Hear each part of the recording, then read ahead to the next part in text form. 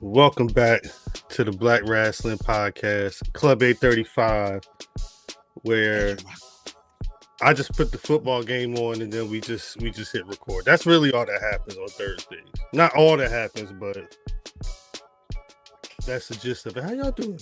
How you doing, Mimi? Good. How y'all doing? Chilling. You sound a little far away. Yeah, you got to speak directly into the hoochie. That's what I'm doing. There we go. There we go. I just need to turn my volume up. There you go. See, Mimi be online saying it's all them boys. All the people want to see is Mimi. That's all they talk about in the chat. Ain't nobody in the chat. Absolutely don't. I got Rock calling me a liar. About what? What did he lie about? He called me a liar about something. Lying. I'm still mad at Rock. But the fact is, I'm always mad at Rock. Rock keep trying to get me to put a hairpiece on. What? Nah, it's I gave up that life.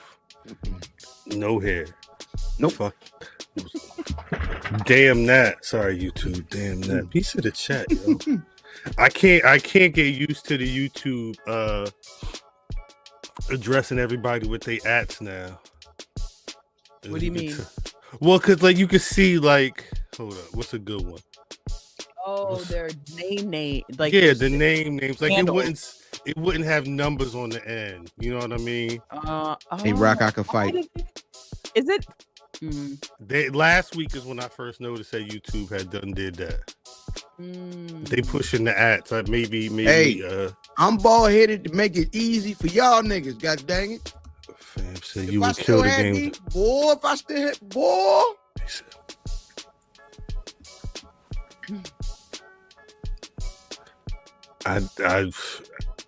If I had hair, it wouldn't be nothing to cry. I would just get a little haircut and that's it. That was my head. I look like half of Uso. God dang it! Yeah, Sue Uso, Fam Uso. I was reminiscent about them days. I was thinking about them days watching. I didn't watch all the doc. I watched the first 3 episodes. The first 3 Diddy episodes. Hey yo, had you reminiscent? Well, the thing is like,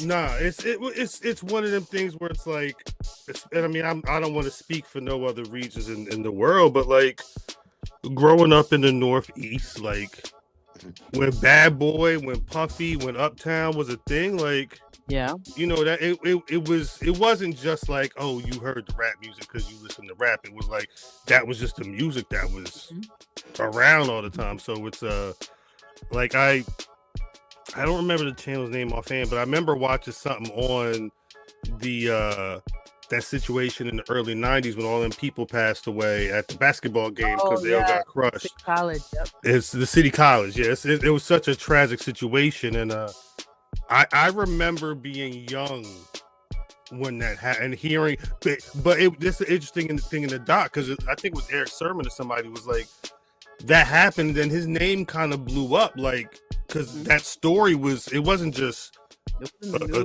it was in MTV News, like it was him, it was his shit, Puff Daddy, it was his show. So you know, and I don't remember the time frame, but it wasn't that long. And then whether it was Uptown Mary or Biggie, one of them, you started seeing them moving, especially on TV. Yo, speaking of Eric Sermon and 90s niggas, right? He was recently on Joe and Jada. I saw clips. I didn't see the whole episode. Please tell me you saw the record he dropped. Because he's got he's got a album coming out. Does he? But it's like a production album where he's working with like niggas from quote unquote the era. And I was confused. He dropped an MOP record. I saw the headline. I was like, what did just randomly playing MOP? I didn't realize it was his record though. Okay. That goddamn MOP record, boy. This is hard. Eric Sermon, or as my cousin used to call him, Eric Sherman. Eric was in a goddamn. I love Eric Sermon. That goddamn Eric Sherman. Good God. Listen. Eric Sherman. That joint is so goddamn hard. Listen, I need to check it out. The clip is doing numbers because the record ain't out. Yeah, record's on album. That's what they did with then when Stove got records, that Stove got Cook's record too. I guess that's their thing, playing unreleased forthcoming music on there, just like the straight out playing. I like that. I appreciate that. It's all right. And I'm not no hater. I'm gonna give props where props due. Joe and Jada does exactly what it's supposed to do. It's a very good. They maneuver everything that they do very well. Yeah. The Joe pause moments, which are at this point on purpose. The Joe stories. Yes. The way them niggas get fresh. All that stuff they do very, very well, right? But also what they do well is this where they have niggas from the era come on and play records and respond. It's perfect because you feel like you sitting there with Joe and with goddamn Jadakiss listening to just hard rap records. Yes. They don't listen to. They're not listening to records that we wouldn't care about. None of that. Right. It's all like stuff catered to what happened in rap this year. Is it got grown, right? Yeah. So like old nigga hip hop is like it's like Denzel and the Equalizer, right? We're getting records right now all year from niggas 40 and up that are artistically like just way more important and way better than what else other people are putting out. And Joe and Jada are the perfect people to sit there and listen to those records and react because they make those records. They're artists, yeah. And it's so dope to sit and listen to just dope hip hop records. I week. You proud of me? I was in the ether. That's what they were saying, Mimi. They were saying they said Mimi being PTO for months now. I said that was AI. They said Mimi was AI. Mimi been around. Mimi be in the ether for real. I think 40 and up is being super intentional with what they're doing right now. I really, really appreciate it. Because I think we've been lost for a while when it comes to music. And I think a certain era, a certain genre has been suffering for a very, very, very long time. I don't want to say Kendrick woke it up because I feel like that situation was a little bit different. But I almost feel like, and I'm going to be subjective at this point, I think Nas woke people up.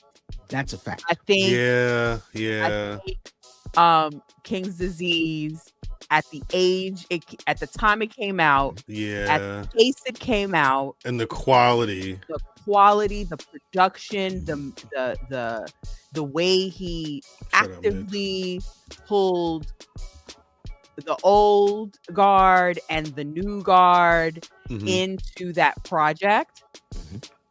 And Magic 3 was incredible. And I think it woke people up. And I think Joe and Jada are giving folks a platform to really understand. That's a really good point. It's like we could want the verses, but I don't think verses is doing what they're doing for the music. Oh no, not at all. Right. Verses died once. Ooh, damn.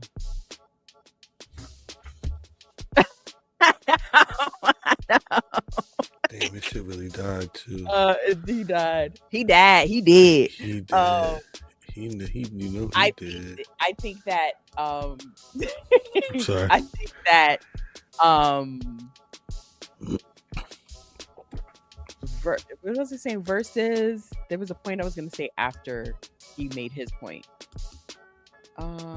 Versus died once Fam's internet died. It's funny. Exactly. I hate when that happens. Yeah, me too. So.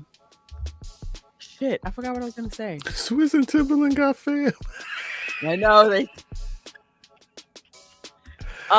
This is what I was gonna say. Even the way they're dropping the music is of a certain way, of a certain quality. Like we're getting whatever this premiere Nas project we're about to get on the 12th. I can't wait. Like I anticipate like I used to anticipate back in the day. Oh yeah. Like it's an interesting time. Is it that they have enough money where it doesn't matter to like, because like nobody's caring about album sales right now? So that's another thing. I think what I put in the chat earlier, that how sneaker culture feels like they're like fighting out of whatever it is that they're fighting out of right now. I think 40 and up music is not fighting, but they're bringing back the staple. They're bringing back the blueprint of how you're supposed to release music. You're not really supposed, like, we didn't have the internet back then. They're using it as a caveat, but they're not using it as the main to source. The full like, potential. Once it drops, yes, I think that Swizz and Timberland and some haters. Once the music drops, they go full force. But I think they're bringing back, this is how you do the rollout, and they're using these podcasts to do the same. And I think speakers are doing the same thing too. Like the fact that, and brands like I felt like this week was a brand week. Everybody's I getting felt ready. like it. I felt like all of these all of these brands are like, I don't know what they're doing, but they're doing something. Right. And it's straight up, we are back. We were lost for a little bit. Now we're back. But the music itself, like that De La Soul album was a production from John Carlo to the absolute, like, we were sitting, the three of us last Thursday, we was just sitting here listening to it. And ever since then, all DDM been saying all week, that album is marvelous. That album is phenomenal. It's all like the adjectives. It's like your music box. It brings you all the way back. But we got out of that suit, that very, very dumb, and it was a 30-year era of saying rap is a young man's game. There is no other musical art form when niggas said, oh, if you get past a certain age, it just ain't gonna be good no more. And the thought of that is stupid, because then what that means is mature thought has no place in the genre. And I think that's what we get when you listen to Magic and King's Disease as a series. We are getting Super Saiyan Nas, Final Form Nas. Facts. We're getting Nas that has thoughts that go past just, the block is an ill place. Right. You know what I'm saying? And so when we get a chance to hear like varied stories, and yes, you can't feed all of that to just radio, right? You can't feed mature stuff to like 92Q or the hip hop and R&B type radio. So, and that's fine. But you got HUR type radio. You have the internet, and there are I think it's just a full realization of hip hop as an art form that can touch niggas who loved it for a long time, and some niggas don't love it as a culture, and it's just music to them, which is also just okay. I also think it's an introduction to the young world. It's absolutely an introduction, because my son knew nothing. He knew about De La Soul, but he didn't listen to De La Soul. But I had him in the car listening to it on a long ride, and he was like, I like this, and he was playing it himself. That's what's up. I like that. Yeah, I think it's good. I think it's a lot of, we were talking about stuff. I love Kwame's project that he put out. I thought that was really, really good. Today is, Jay-Z's birthday, of course, and I went and listened to his catalog, and I was like, wow, his catalog has aged very well. Of course, there's some pieces that are dated, but for the most part, especially when you start getting into from the Blueprint, the Black Album, even a Blueprint 2, like people, at the time when the Blueprint 2 came out, people kind of was like, oh, but you got to think the Blueprint 2 had Excuse Me Miss on there. Yeah. It had some joints on there, heavy deep. Some joints on there. The joint with Lenny Kravitz that was really good. Another album that was Grown Man that I think got lost because the business had moved on from them. Q-Tip's solo project, The Renaissance from 2008, was so ahead of its time. I listened that album's amazing. I like The Renaissance, and it was so early. What was the second single? Ride Around in My Car. Like, here's the problem. Move. I think you're talking about Move. That's with the Michael Jackson joint. That's a different. But he kept the thing about Q-Tip is he tried to feed different areas because Vibrant Thing is a straight, like, he wanted to go somewhere. Yeah. And then the rest of his music was like, well, I'm Kamal the Abstract. Like, I think he's a prisoner, much like a lot of creatives, especially in Black music, is you have to be one derivative lane, and that's the only thing that the business knows how to market. Yeah. I think it was too early. He was a couple years shy of that wave with Kanye West and them, where they knew how to market, do a couple things, to rock, to alternative, to underground, to streetwear. They didn't really have it mastered. No. When Q-Tip was doing what he was doing, now that project could live anywhere. Fact. And I was listening to it, and he had, Raphael Sadiq on it. Amanda Seales was actually on the project. Amanda Diva? Yeah. Shout out Amanda Diva. She's chafing. Yeah, it was. She'd be right, but she's chafing. It was crazy to hear the project. Like, Getting Up is a hit. It's a single. Johnny's Dead is a single. I listened to Johnny's the opening number, and I was like, this would get synced now. This would be in TV shows and movies. And I remember how much flack Mos Def got for singing when he was trying to do more experimental stuff. And the people was just not trying to hear it. And you go back and listen to that stuff, and it fits right in with what's out now. Yeah. And it's sad. Umi says, Umi says, I would love to hear Sade cover it in a slow ballad form. He's just trying to make dreams happen. Wow. Tomorrow may never come. Yeah. Wow. For you and me, life is not promised. Sade would eat that in a slow ballad. Like, she would eat that. Sade got this record called Pearls. That I absolutely love. It's an older record from her Love Deluxe era. And it starts out, there's a woman in Somalia. She walks around. Like, it's just so, like, beautiful. But I think this speaks larger to Black artists.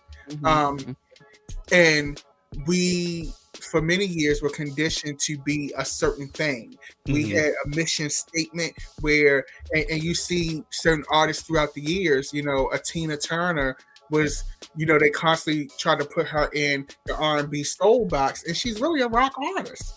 Right. Always was a rock artist. It took the 80s and the David Bowies and those guys co-signing her and saying, hey, you should sign Tina Turner. Right. I remember reading when she was working on Private Dancer, which was a almost 10 million seller. Yeah. And the label was getting ready to drop her. They gave her 2 weeks to record that album. She recorded a 10 million seller in 2 weeks. I like it. Just to chime in real quick. So I took a ride like 2 weeks ago to when I went to Boston, and I listened to My Dark Twisted Fantasy. And I listened to Life of Pablo. And those two albums, in my opinion, are underrated. My Dark Twisted Fantasy was, it was a big deal. I remember it was a big deal in my house. Like my nieces and nephews, they're millennials or zillennials, maybe they might be, but they were in love with Kanye West. Yeah. And I loved the album then, but I think listening to it again, as well as Life of Pablo, is like grossly underrated in my opinion. But my Dark Twisted Fantasy, I felt like that was a masterpiece. That was a great cinematic thing. Even the short film, the music video film they did, and he had Salida E. Banks playing the Swan that was trying to figure it out, which was a play on Amber Rose. I said, "Oh, he is nasty. He is Patty Queen. Patty Queen. He is a queen."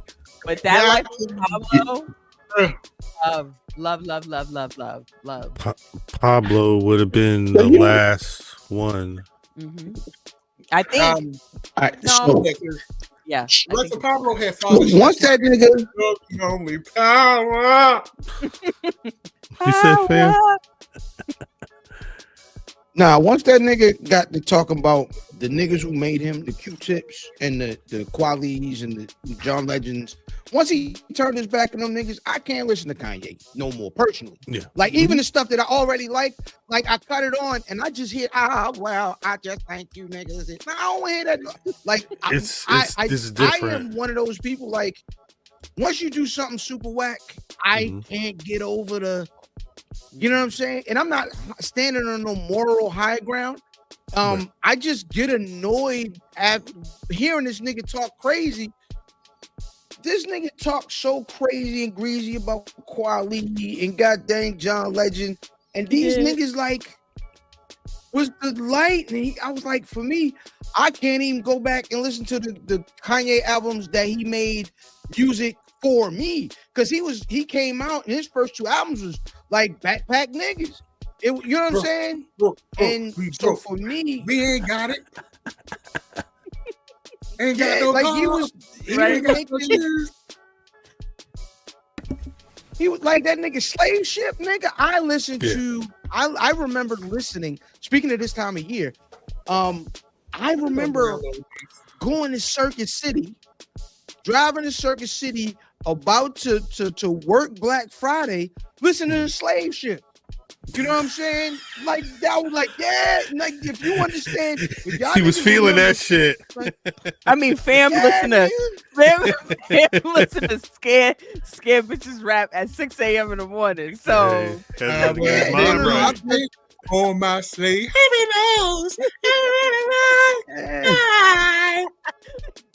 Yeah, and the nigga talking about working in the Gap and you niggas working retail, nigga. It's that time of year. Did you guys go out and did you guys do any Black Fridaying? No, bro. I do not go outside between. I don't go to nobody's mall. I do everything online. I cannot deal with the peoples during the season. I can't do it. I didn't go out either because I just didn't see the point. If I really want something, I'll get it for myself or, do what I got to do. But I just don't see, I think the country in general, nothing felt big. Mm-hmm. I think people are just. I had my heart broken on Black Friday. I had my soul crushed on Black Friday. Oh, okay. I'm not a big, like I said, I worked at Circuit City and you know what I mean? I worked Black Friday several years. Several years, almost 20-some years ago. Right? And I never go out Black Friday, right? I wake up, my goal is to wake up and take some of that ham that we cut off yesterday and fried it up with some cheese, eggs, and have me a good breakfast. That is what I want to do on Black Friday. Mm-hmm. But there's this thing called Record Store Day in independent record stores, right? Oh, I love Record Store Day. Shout out Record Store Day. I love Record Store Day. So there were Record Store Day releases. There was a Record Store Day release from Little Brother. All right. It's the Little Brother record. I'm going to the store. So I wakes up early, hunker down with the long johns and the gloves and the coats and the scullies and the yachtas. Pull up. Line is probably 5 stores down from Cracks on Wax in Catonsville, right? Makes sense. And so I'm looking at the line, and it's mostly Caucasian folks. And so I'm like, oh, I should be good. You know what I'm saying? I'm in the line. It's cold, nigga. It's cold. My hands hurt. Feet hurt. Cold hurt. You know what I mean? Mm-hmm. These niggas, man, these niggas had 2 records. They had 2 copies of the record, which were gone by the time I stood out there in the goddamn cold, hands hurting. Nah. You should have went to Soundgarden. But the line in Soundgarden was stupid. Soundgarden. Listen, I was checking out the socials and seeing. Really? Record store, they do a couple of things every year to kind of support local independent record stores. Indie shops, yeah. Right? So the regular record store day is in April, I believe. And I was tight. What year was this? This was the other day. This was last week. I wish you had to say something. I'd have called down and had Jimmy home for you. So I'm a diligent brother. They were gone everywhere that day, right? That night they were on eBay for $200, $150. I said, let me chill out. Let me not overreact. Let me give it a bit. First day I saw it $100, $200. Second day I saw it for $90. Okay. Fast forward to yesterday, I paid $10 over retail, and I got my. Oh no, that's a W. On eBay? No. An independent record store still had it. I just had to keep searching the joints that they sold. They didn't sell. They eventually put online, and I was like, nice. No, good job. What's happening is that I think resale culture and stuff is not quite what it used to be. I think with the economy and things like that, I think, whereas in years past, you go in, it's going to fly off the shelf and, you're going to be able to resell it. I think people are just being like, they're asking themselves, do I really need this? Do I really need to pay this much? No, I don't, because I don't know what's coming. And I think that people are just not in that space anymore. You see it with sneakers. You see it with concert tickets. Somehow, I haven't seen it with concert tickets yet. I have. Like, I've been able to buy tickets for stuff day of at like crackhead prices. Nice. But also, too, for the folks at home in the cheap seats, if you go as a single bitch, okay, if you go buy yourself them single tickets, go Dutch. That's the move. I'll never forget WrestleMania. What was that? WrestleMania 39 in Los Angeles. I got a 2-night ticket in Section 2 in SoFi Stadium with fees, $200 and some for both nights. Not a 2-night ticket in Section 2. Yep. Oh, wow. You heard my Baltimore accent. Nah, it was just it was in spades.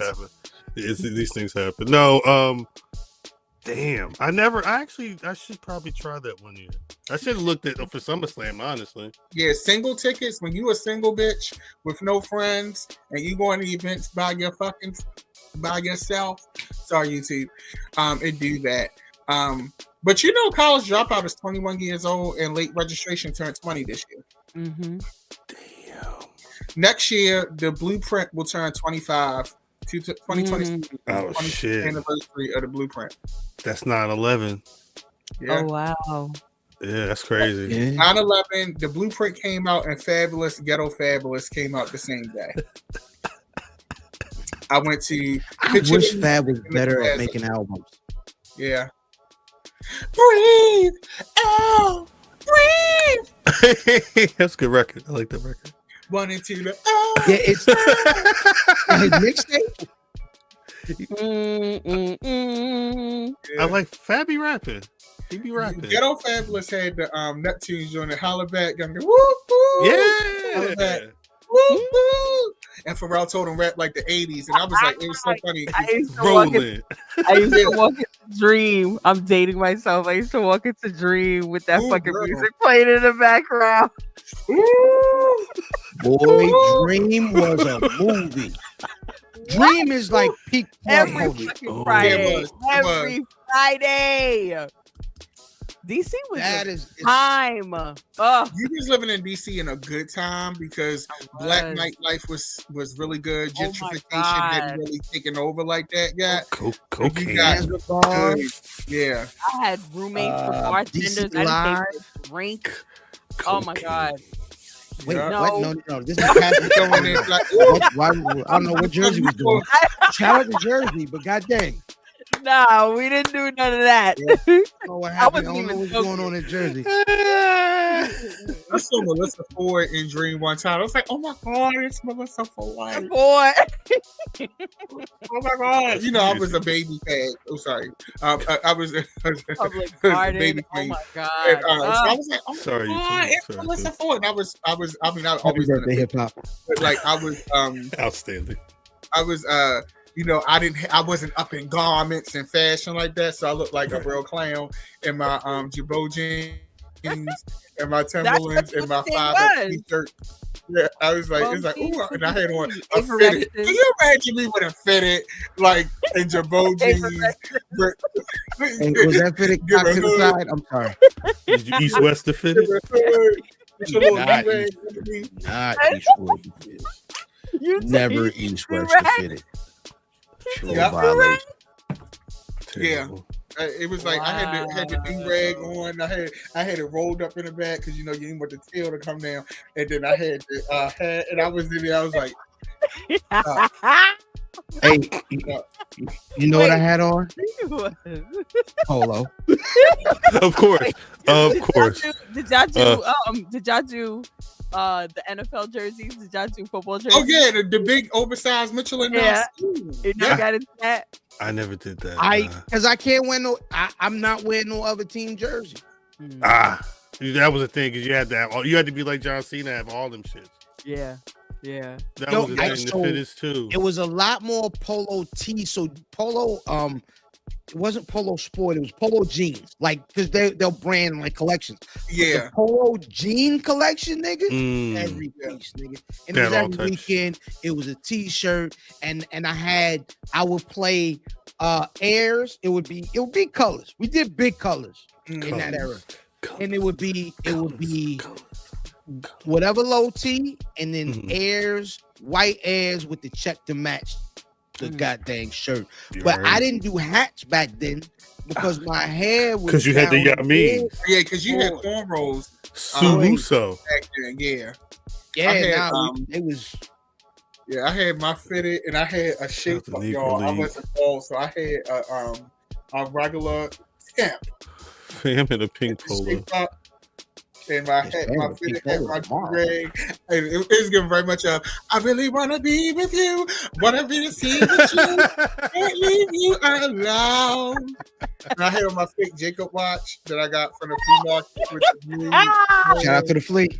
Shout out to the flea. Yeah. That is That's funny. hilarious. No, I that's had funny. every Rockwear terry cloth sweatsuit. I love it. I had baby blue. I had white. I had it. Oh my I love gosh, tell me shit. Them Yeah. I keep seeing videos on the timeline of people talking about, was it Freeway? I think Freeway was talking about they had to go buy some of the S dots because they didn't get everything free.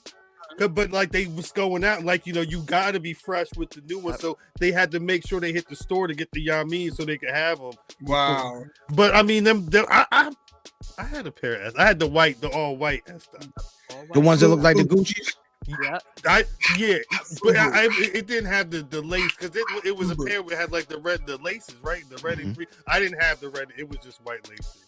I didn't like the S-Dot Carters because I was so engrossed in Air Force Ones. I was like, yo, these ugly.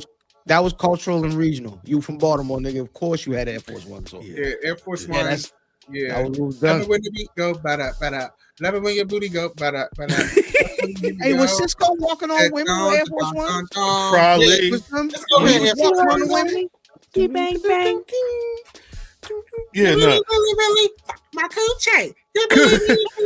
Kung Fu Eddie, yes, I Loved did it. get the mystery Loved shirt it. from Fourth Rope. It's fun. The mystery shirt from Fourth Rope is a Virgil and Ted DiBiase Heels Have Eyes t-shirt. I believe it's. I want to say.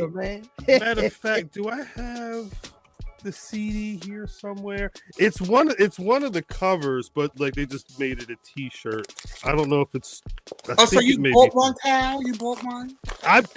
He sell the CDs for like $10. I was like, why not buy? Oh, so he sent you a mystery? It's this. It's essential. It's this. No, you could buy the mystery tees when they do their Fourth Rope drops or whatever. It's that image on a black tee with Heels Have Eyes spelled out on the back. I knew I had because it's got the belt. That's the belt that Enzo currently has right now. They ain't learned yet. Well, this is old though. These are right. the covers that had to change. This is the reason why. Oh, okay. Oh, so you got the copyright infringed. You gotta grab the No, Beyond, you gotta. Shout out, hey never man. know. You never Shout know. out to niggas that get seed and deed by the You never WWE. Shout out. Crazy, but you never know. I got the Virgil on Virgil. I saw that Zero. I bought that mystery tee, and that mystery tee went right back out. Just because it was like it was dope, but it's like it was Virgil, right? Like the wrestler Virgil, but it was Virgil Abloh's. He shared it. It was like Virgil Abloh's head on Virgil's body with the $1 million belt on. Double entendre. Yeah, Like, what? When I got it, I was like, "This somebody won. It's not really for me. It's been a couple of because it's a mystery tee, so you never know. But sometimes you get ill shirts or whatever. G Dixon, yes, we were talking about Diddy earlier. Diddy's actually kind of how we got into the whole.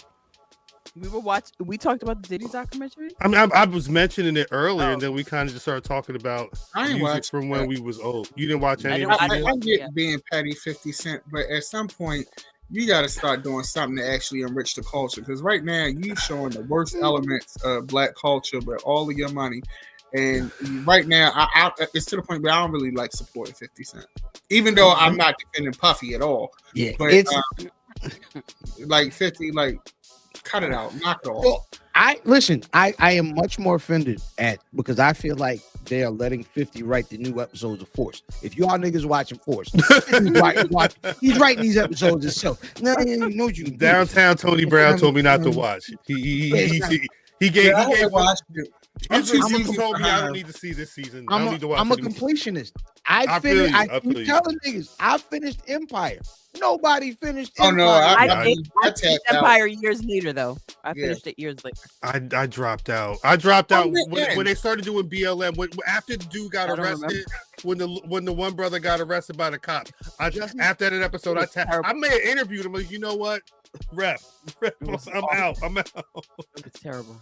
Yeah, how did it end? It was just a petty nigga, I don't remember. Man. That's how bad it was. How did it end? Like it was like it was the whole family like splitting up the assets or something, right? Like, yeah. I just remember the last time I watched was the season premiere when Taraji came out in the gorilla monkey suit. Leon Talley. It was like every possible person. Yeah, was the season I tapped. That was the season I tapped out. I was like, "Hey, Andre, like you just landed me at a festival, bitch. I'm here for it." But it was because all that BLM stuff was happening, so they were like trying to comment on a lot of it. Did y'all make it to Lucius and the Dreadlocks? No. I did. And I was like, I think I just was watching it as background noise at that point. The nigga had a young girlfriend and he was making the music he wanted to make. Hey man, I'm out here, man, and I'm just making music, man. Look good, man. I ain't worried about Jesse. Jesse Smouye. Did you see that one? Did you see that documentary? The Jesse Smouye one? Nah, Dave Chappelle took me out when I like that. I'll never forget watching the Dave Chappelle special. And when he said it, and I was just like the audience. I'm like, what is he talking about? And then when he said Juicy Smouye, and then everybody, you could hear people in the crowd start to actually get it. Yeah. And I started screaming. Because Wayno was talking about this. I watched the documentary through Wayno talking about it, and he did because his main question. Cause I remember being a black guy and being like, this kind. You saying that it was MAGA people attacking you at 2 a.m. and you still had your Subway sandwich that you like. The story didn't make sense to me as a black person who doesn't want. I'm trying to not find, but I don't like. Everybody was like this.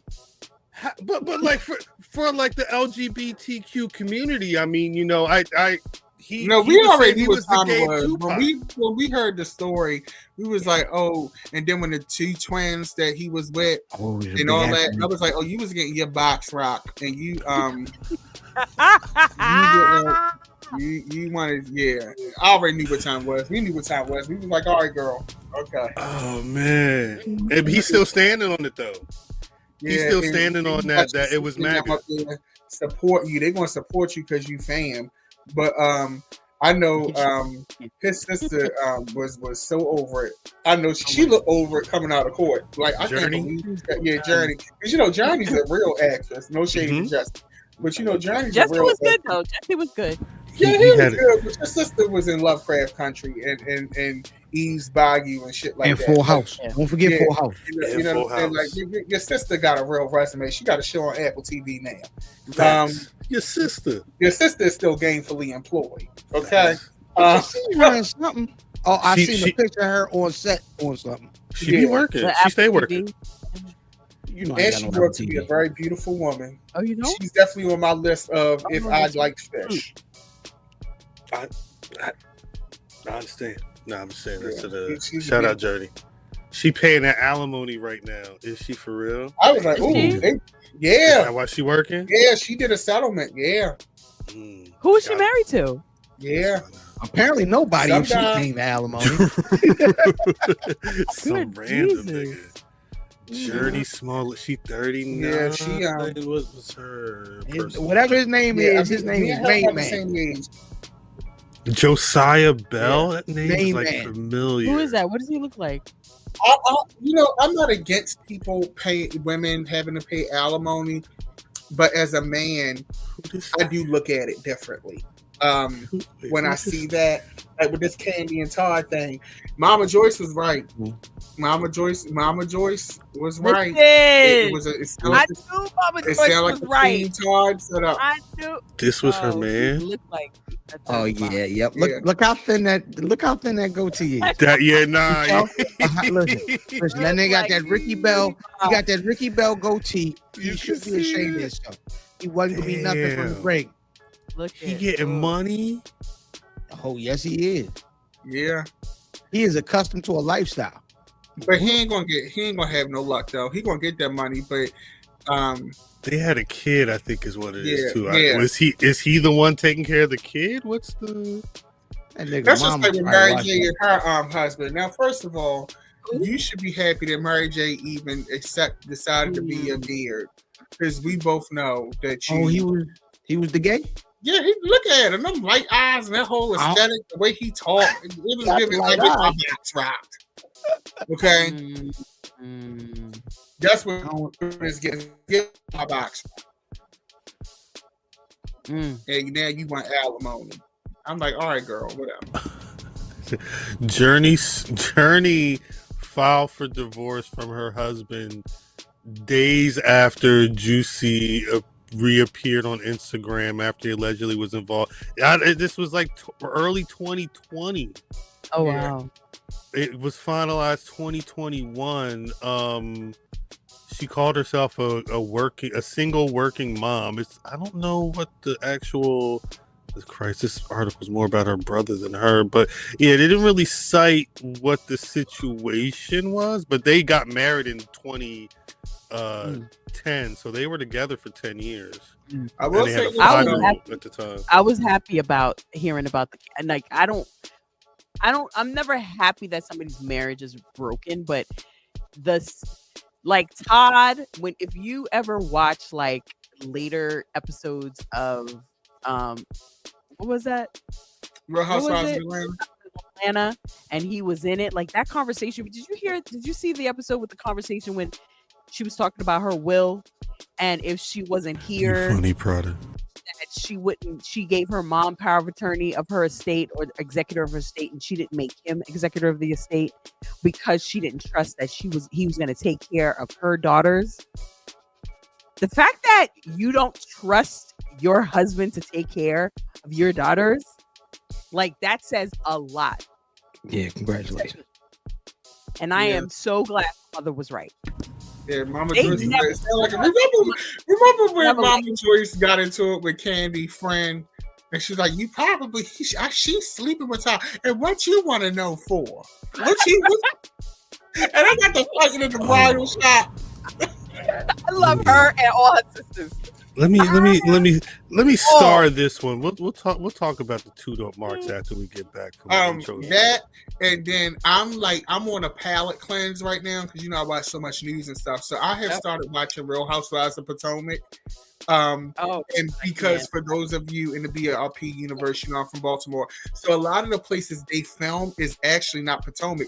They be in Baltimore a lot. Some of them niggas let out the street. Yeah, Kiana's salon is right by Black Swan. It's right there on the corner. Black Swan. In Harbor East.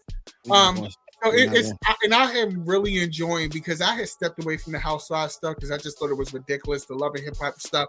I was like, there's way more important stuff going on in the world. But because it's so serious right now and I watch so much news, I said I need a palate cleanser. You need some trash. I am thoroughly enjoying Real Housewives of Potomac right now.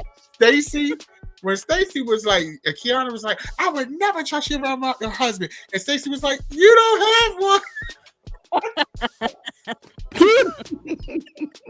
Yo, they're so mean to each other. That's the one franchise I used to love it, but they're so mean to each other. I can't watch it. I can't. It's too much. That's a good point, Mr. D. And I'm gonna lie, even though she in trouble for scamming, Wendy been serving looks. She been serving looks the whole season. With other people money. The whole she I'll tell you, Wendy's stylist clocked in for this season. For that fucking insurance money. It has not been a miss yet.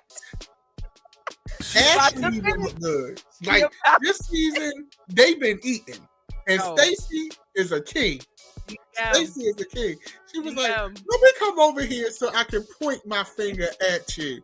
Cookie's like, you fucking ass bitch, you need to wash your ass. I'm like, first of all, Cookie, you don't even have to look to be on the show. You are definitely a friend of the show, bitch. You are never holding a cherry blossom, okay? I don't know what that means. Wait, Wendy, I need to tell y'all one thing about Wendy before we move on. Yeah. Wendy on the show for 4 years. Wendy been sitting on panels on CNBC. She been on CNN. She been touting her 8 degrees, a doctorate. And then she did the Housewives? And then she did the Housewives. And then got her and her fucking husband insurance scamming. They locked up? Shut up, Vin. Oh, somebody said, that might be a new show. No shade. Mighty Vin, shout out Mighty Vin, said we just stumbled onto a new Patreon show. I come with me to do this shit for so long. I'm so knee deep in my fucking reality space. Now, DDM, got to catch up. Yeah, because I'm back because I wasn't watching. I was a news girl. I'm a news girl. So I'm back. You are. I'll make a note. If y'all trying to watch episodes of Real Housewives for the Patreon, we can make that happen. We can make that happen. Married to Medicine started last week too. The new season. I don't know what that is. And before we get down another road, I gotta start the show. We gotta talk some wrestling. Did you see how trash wrestling was this week? No, let's go. Greetings, wrestling fans, and welcome to another action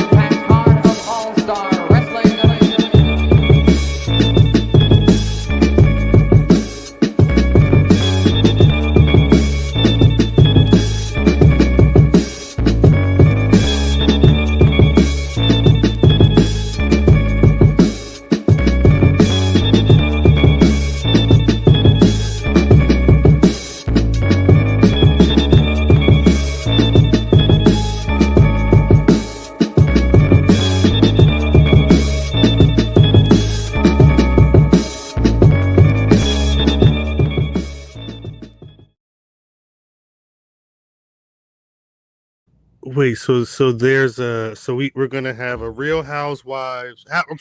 Real House Talk. A BRP is being added to the BRP Patreon. I didn't know that Rock and DDM had an NXT show that they was doing for the BRP Patreon. We had talked about it at WrestleMania. Because me and Rock really watch NXT, which has been really good. He do be watching NXT. We gonna call it a Rock in the Soft Place? Soft Rock. Soft Rock. All right. The Real House Talk and Soft Rock is written F down. Welcome back to the Black Rasslin Podcast. If you've been rocking with us, no pun intended, for the last 50 some odd minutes, you know 50. That I guess we some old rap loving reality show watching kind of wrestling loving niggas as well. But we here. It's your boy Cal. I had to do this. I spoiler alert. I won the prediction, so you know you don't have to call me Cal, but you do need to call me.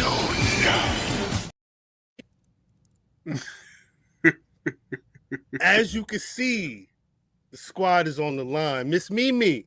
Yeah. Say what's good to the people. Yeah.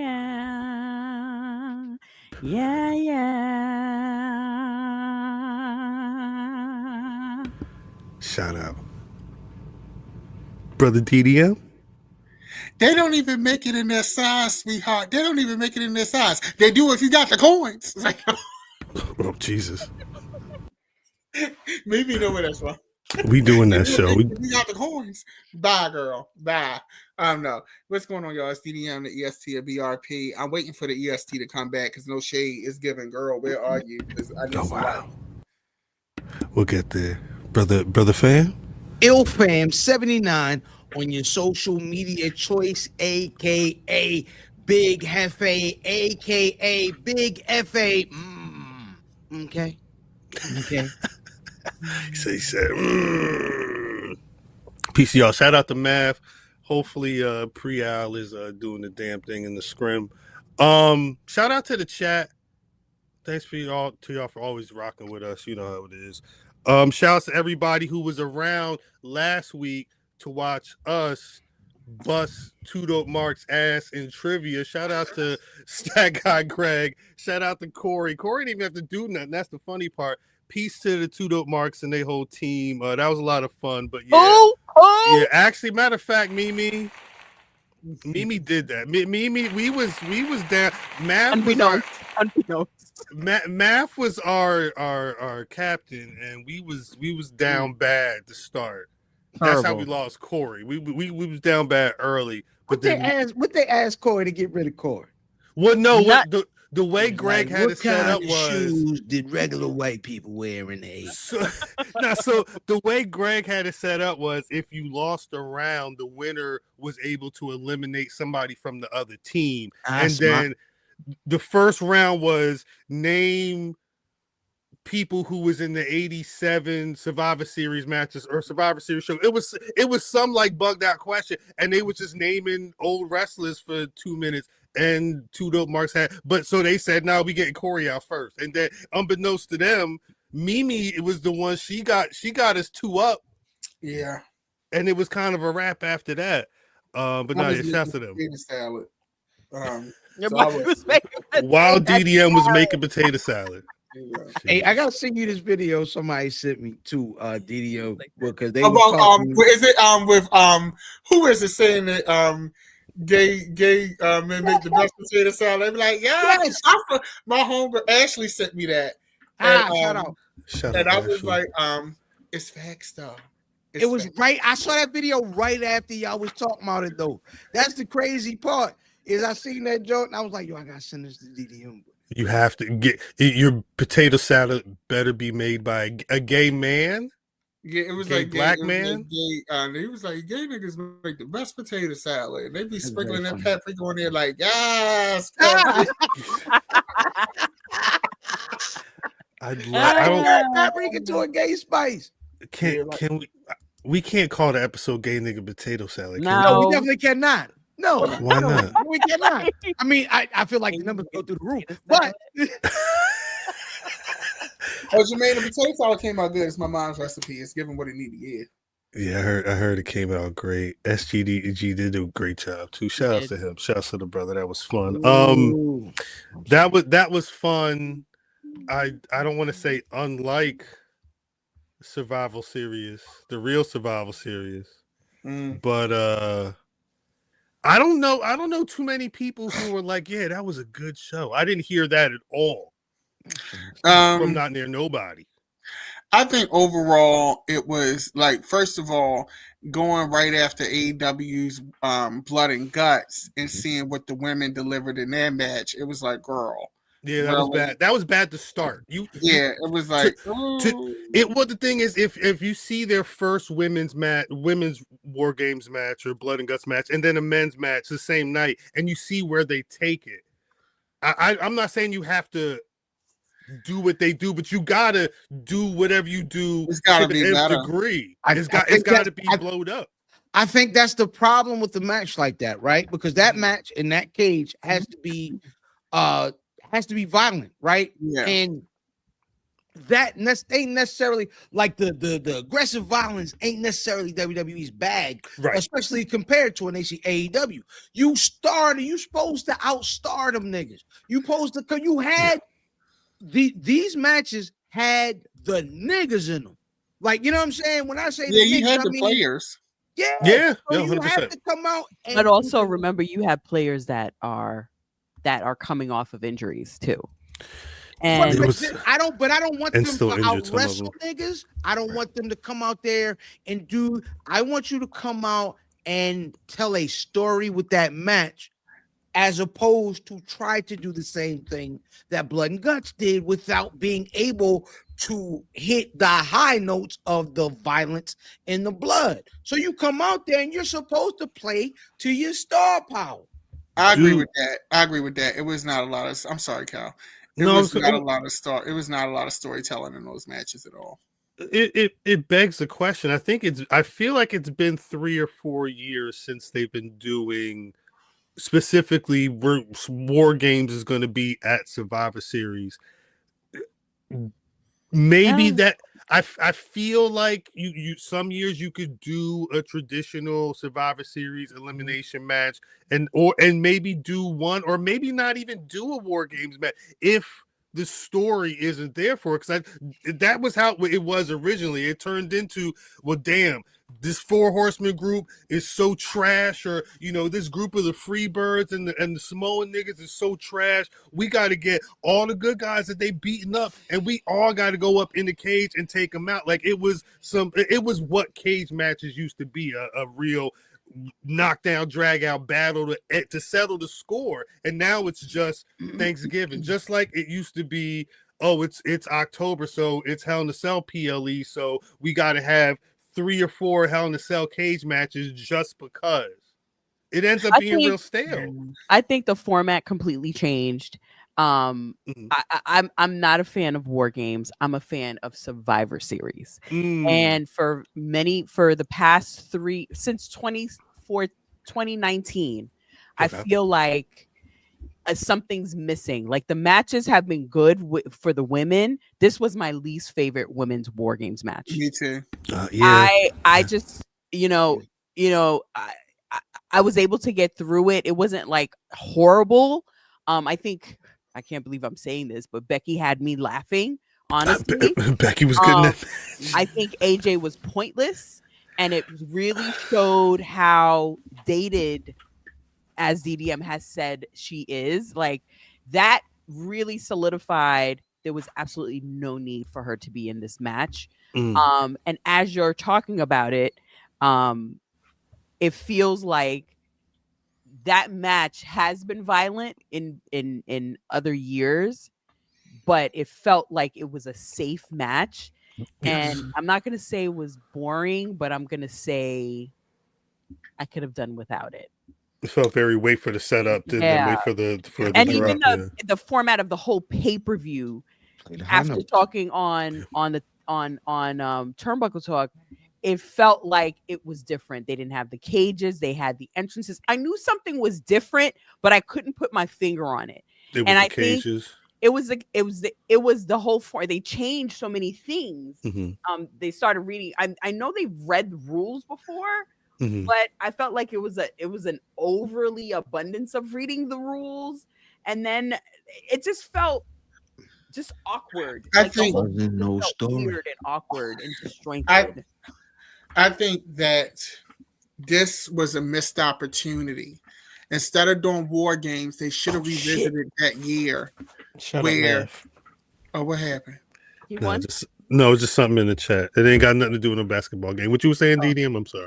I think that they should have revisited the concept they did that one year that was very successful when they did SmackDown versus Raw versus NXT. 2019, yes. I think that because the brands are integrating more and NXT has developed into such a force, this would have been a great opportunity to showcase the talent that you're wanting to bring up to the main roster that we know is getting ready to happen soon. It would have been a great time to see some feuds cross-pollinate, especially in them Survivor Series matches, if they did the traditional elimination style. I think that would have been great. It would have been great. You would have done someone justice, especially like a EO, like whoever, making like someone a soul survivor or leaving them by themselves. Let them fight their way out. But you don't. This is the thing: is it felt so non-committal in general. Like the build is like, oh well, because I keep saying this, I feel like everything that they're doing is pointing toward post Cena, right? It's like we'll do whatever up until Cena gone, and then I guess we'll get on our job. It's like they're procrastinating, but like, yo, nigga, book good now, and then that way you'll have that muscle built once cuz gone. I don't think they have a plan, fam. I know you've said this before, but I don't think that's the problem though. I don't think that there's a plan. I think this is we're gonna change things up. We don't want the old stuff anymore. We want to kind of switch it up a little bit. But for me, I realized in the past few weeks, I've been conditioned to watch wrestling a certain kind of way, to digest it a certain kind of way. And now that I've watched it for over 10 years, now, like consistently, now I notice, okay, like I can actually say and measure something ain't right. Yeah. As much as they trying to scrub the Vince McMahon effect, it worked. Vince, yes, he got hokey, but then you talk about Vince, that little Cena thing, that was very Vince McMahon booking. That was classic Vince McMahon booking. Like, you can try to scrub. They are going to ruin this company. They're going to ruin it because they are doing things that are just stupid and it's unnecessary, and you're taking the audience for granted. And no. Amy says she is not all elite. YouTube.com says Black Rasslin. They are not doing well in that arena. Now, I'm gonna be honest with you. You know, some of their stars, like, you know, you got Bianca out, you got certain things. Like, I feel like they're not using their players. One thing I will give them kudos on is they are trying to build new stars. I will say that, especially in the women's division right now. Nobody can complain. Charlotte is basically sliding into that Randy Orton position. Becky is too. Bailey is too. They're sliding into those Randy Orton, AJ Styles kind of positions for the women's division. Asuka's in that place too. Although she's kind of refreshing herself. Killer. Asuka might be the best. Asuka's amazing. She might. No, I'm sorry. Pardon me for gendering it. Asuka's the best heel in WWE right now. Like, even better than Dominic Mysterio. The problem is Dom ain't a clear heel. People love Dom. He is. He's working heel. Dom's heel storyline all the time. But that doesn't mean he's not a heel. Just because they cheer him. But what I mean is, when I say she's getting exactly the reaction she's shooting for. She's just so good. Oh yeah, great. She don't even speak, like, her English isn't even as great. Well, it's better than she puts on, but it don't come across. She ain't even using English as her main language. She's emoting, and it's coming across like amazing. Like it's just cool. It's cool to watch what she's doing, but nobody's doing. Nobody's doing what she's doing specifically. She's because a star. I also don't know if you can, quote unquote, make stars. I think you end up with some stars, but like people become stars. Have it. Yeah, they become like they. I don't think the people have. I only say it because I've seen it. Like seeing the reaction to the crowd live of Liv and Dom when they kissed at SummerSlam last year. Like that, it was not a. I didn't hear any boos. I just like Monday. When he was in the ring, he was in there as the heel. He is a heel double champion and is working the greatest Eddie Guerrero anybody can work right now in that ring. But as in terms of character, but the reaction he gets is a lot of love coming from the people. It's a lot of love when he won the title back as well. That's my only thing. Like Asuka gets more of a heel reaction because the people actually. They hate the way they like hearing her scream at Kyrie, but they hate that she's doing it. They hate the reason that she's doing it. Whereas they love seeing Dom unzip the boot. Matter of fact, Dom got me. I'm sitting right here watching. I had just watched John Cena do a terrible Hurricanrana with CM Punk years ago. I rewatched the match. It was a Raw match from like 12, 13 years ago.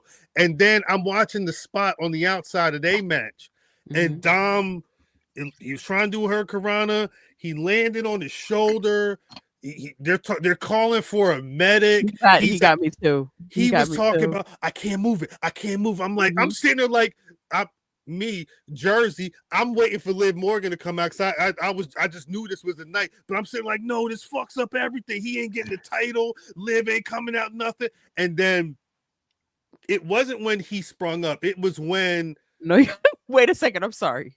He is not doing that. He's not doing that to the damn crown. Yeah, no, it's because it's sweet. So it's the legs. You get legs because there's a lot of sugar in it. But you got. They say with good liquor. It's not just the taste. It's all your senses. You got to hear it. You got to see it. You got to smell it. That's with wine, not with damn brandy. Oh, on the palate. Yeah, no. You can see the legs. You see the legs. I thought that was Crown Royal. That's in a wine glass. No, that's not royalty. Yeah, no, it's just it was in the name. It's more for time. No, yeah. So Dom, it was when Homegirl hit Pop Rocks. I was like, oh yeah, no, they fucking around right now. I love that. And then he got it. Love that. Facts. I do too. It kind of speaks to the shit that Cena's trying to do as he goes out. I mean, he's making sure that if there's a moment where somebody can get, a look or recognition on a greater Liv, Raquel, Roxanne, Dom, they all ate off of that whole. As much as that felt like an old Vince segment, they all ate. Can we discuss? I ain't gonna say can we discuss. I would like, as much as we don't like whatever she do. Big Homegirl has done a very good job at branding herself. She's sitting there. She got Raquel right there. She got goddamn Dom right there. Was Big Shorty from the Raquel.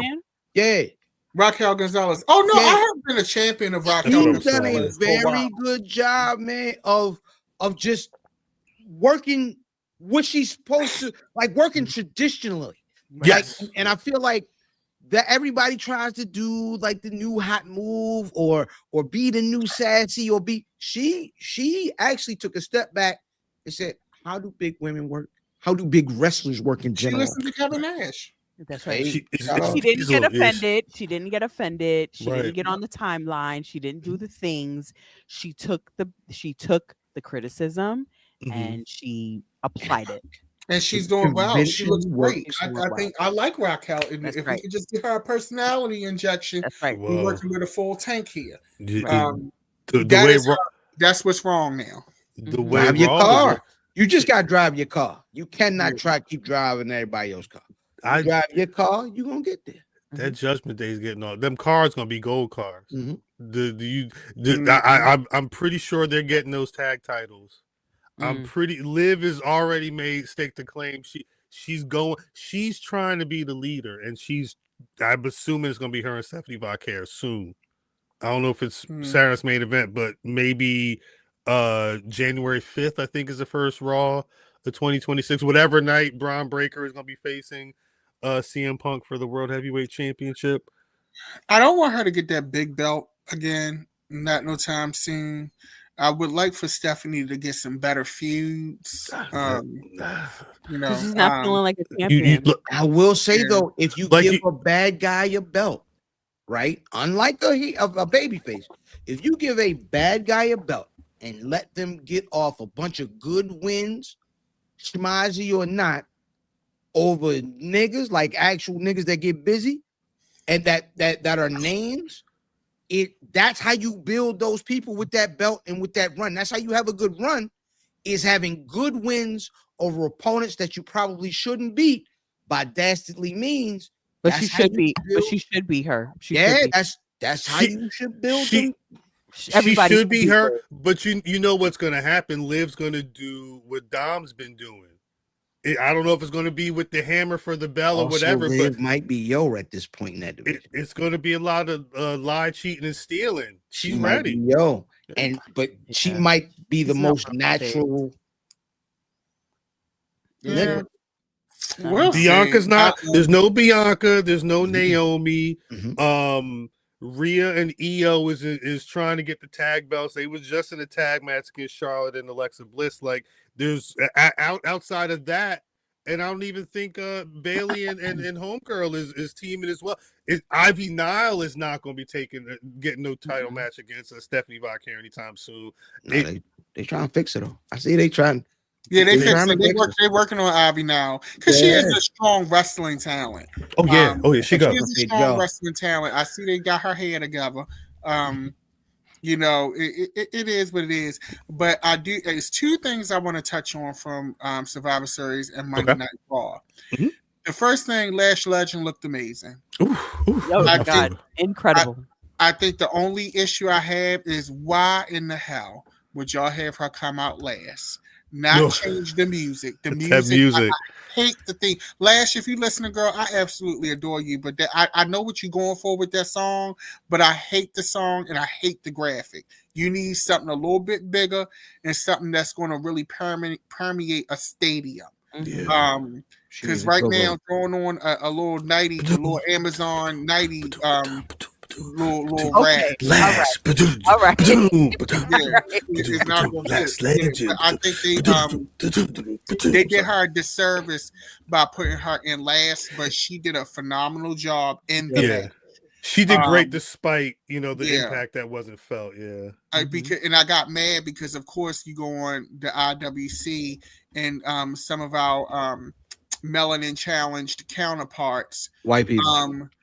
Went and it's like, because the crowd didn't pop. Like the IWC, like a crowd pop is not the total sum of parts for a talent. And why would they? How could they pop? What was they gonna pop for? They don't know her like that. Music, like the song is not good. Shout out to Def Rebel for that. But they need to go game. They need new music. I like that. Yeah, she needs something else. I like the energy and the attitude she had when she came out too. The facials, everything looked good. That one spot where they threw, I forgot who it was, her and Nia threw when they had to readjust. I was like, okay, she's in a big match. But outside of that, I think she is learning how to wrestle big. And I'm noticing that she is really learning how to wrestle like a big woman.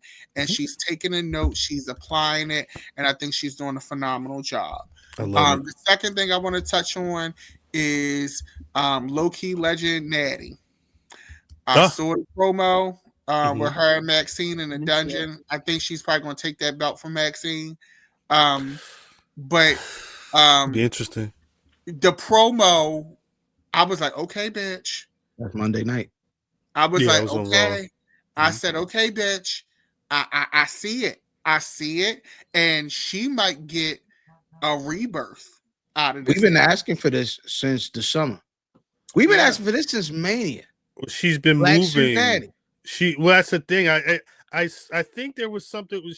The whole thing is she's been Natalya on the main roster, and like she's like you don't want to see Natty come out on the main roster. So if it feels like this may be akin to what she's been doing since the summer, because she's been hitting NWA and GCW. She's been doing a lot of indie spots and working a stronger style, real dungeon style. Will they bring that to the main roster on some real shit is the real question. I mean, I just like the way they did the vignette. The black and white really worked for me. It was given low key mentor / pimp. It actually reminds me of Jake the Snake Ultimate Warrior, which is super old school. Jake the Snake was having this thing with Papa Shango just for you know what I mean. And he was like, oh, I can't figure it out. It's too dark. I'm bugging out. I'm bleeding black stuff. I don't know what's going on. I don't know how to do it. And Jake was like, I got you. Listen to me. Trust me. Listen to me. Trust me. And Jake was always slick with those calm, slow, you know what I mean? And at the end, Jake was the mastermind here. Right. And it was Jake trying to,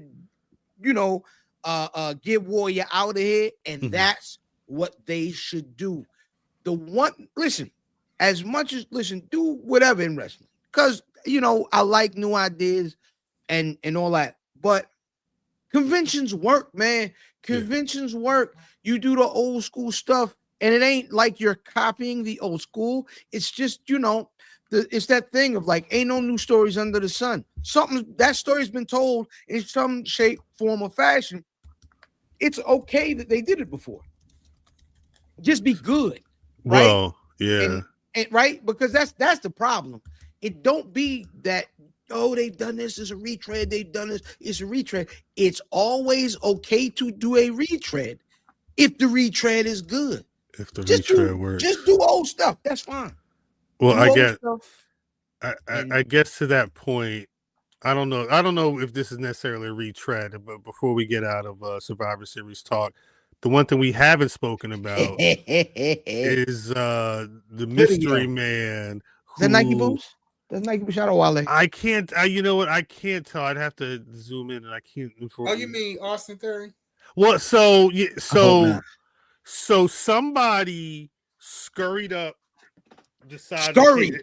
They nigga really was moving, and then they was like Chris Jericho. Imagine. Come on. His body was too good to be Chris Jericho. Come on, let's be for real. Scurried up the one side, landed in that ring, just kind of standing there, and then hit that curb stomp, and that was basically the end of the match. But after hit the curb stomp, scurried right up out the cage again. The thought has been Austin Theory. I believe Austin Theory was out. I don't know if he was injured. I'm not 100% sure what the situation was. I think it was an injury, and he had the only time you heard about him was when Grayson Waller would talk mess about him on TV. I saw a brother online randomly said that he thought it was Montez Ford. I don't know if it wasn't true. It was somebody else. But I since I'd seen the one guy on IG, I've been seeing that conversation coming up more.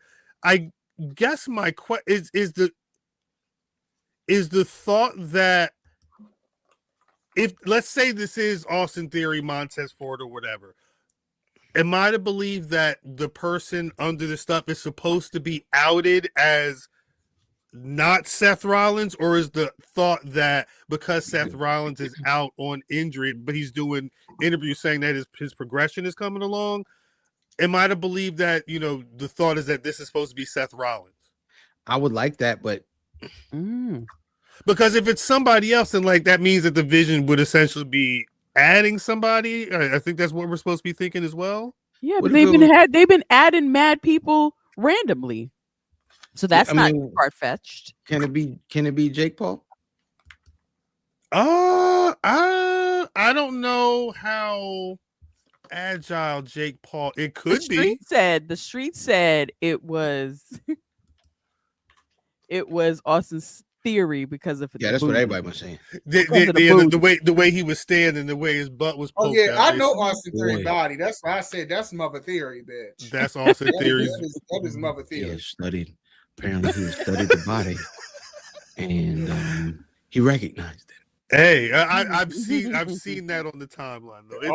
Austin Theory news was leaked from back in the day before he got wrestled. No, this guy's fully clothed. He's got a hood on. You can't. I know what that ass looked like. I know what Austin Theory ass looked like. That's Austin. I seen your ass. Your booty.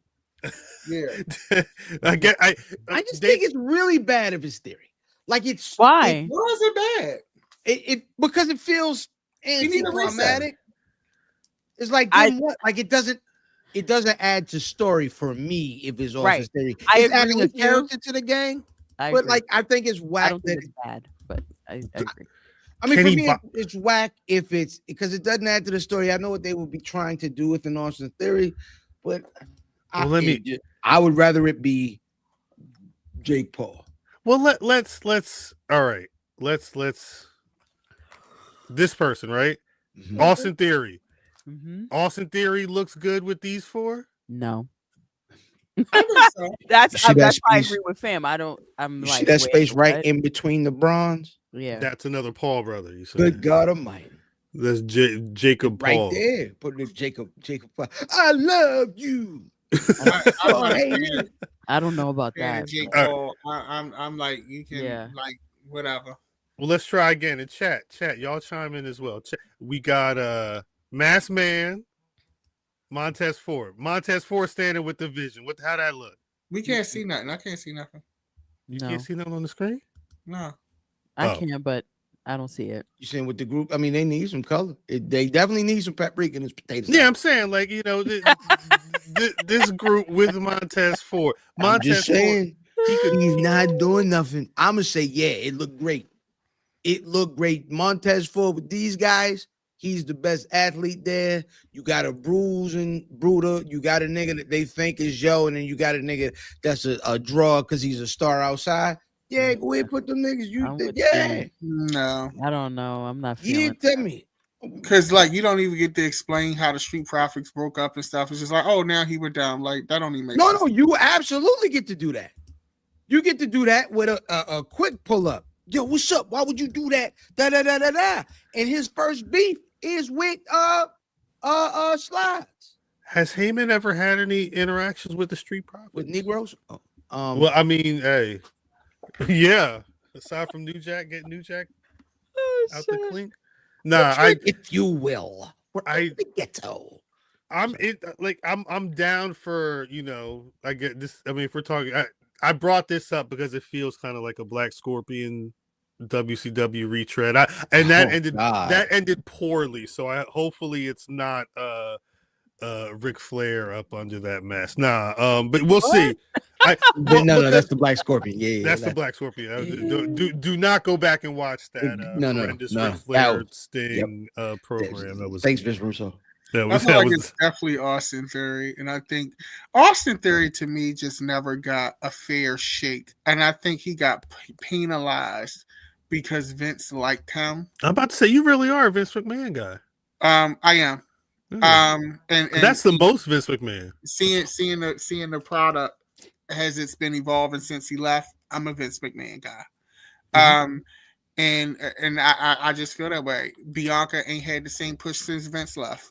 Mm-hmm. And that conversation's also been echoed as well. I've seen a lot of people saying bringing that up now. And I'm going to say this again. The Black people have not been presented well since Vince McMahon has left the company. And Vince McMahon, we know he got racist ways and shit. We know not that. Wage. Not wage. But at least Vince had a lot of time to be racist and did it. I'm not disputing that, but at least he understood that How to you do the need wrestling? Black people on TV, and there needs to be a balance in some kind of way. I'm getting bored because I'm not really seeing Black people on the main roster. I'm just not.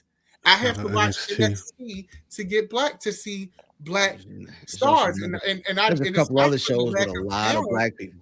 No, but facts. we're not seeing that at all. And Hunter, to me, is worse because all of the Black champions have left. As soon as he come in, you had Bobby Lashley lead, MVP lead, all these other people kind of taking, all right, I'm gonna chill out. You start seeing the New Day, I get the heel turn, but they didn't do nothing with it. It's whack. And now you're seeing WWE presents Mega Series 2026 in the booking. And it's getting to the point where I'm not watching as much. I'm catching the highlights on the YouTube channels that I watch. Like Vince, yes, he was racist. I'm not discounting any of that. But at least he's the kind of racist that understood that you can be racist, but not too racist because that shit can be expensive. Right. He understood that racism can be expensive too. And I don't think Hunter is getting that, and he cares. And when when the bubble starts to pop, which is already showing signs of a little wear and tear. Right. Right. I'll say this because I don't want to go too deep into this, just because there's a lot of stuff non-WWE that we need to talk about. There's a couple things to talk about, yeah. But I'll say this: it ain't but 2-3 niggas that they ain't using. You know what I'm saying? It ain't like there's ever been an abundance of niggas on that roster that they were using. It's been 5 or 6 at a time, right? And it just happens to be half them niggas hurt. New Day was on TV this week.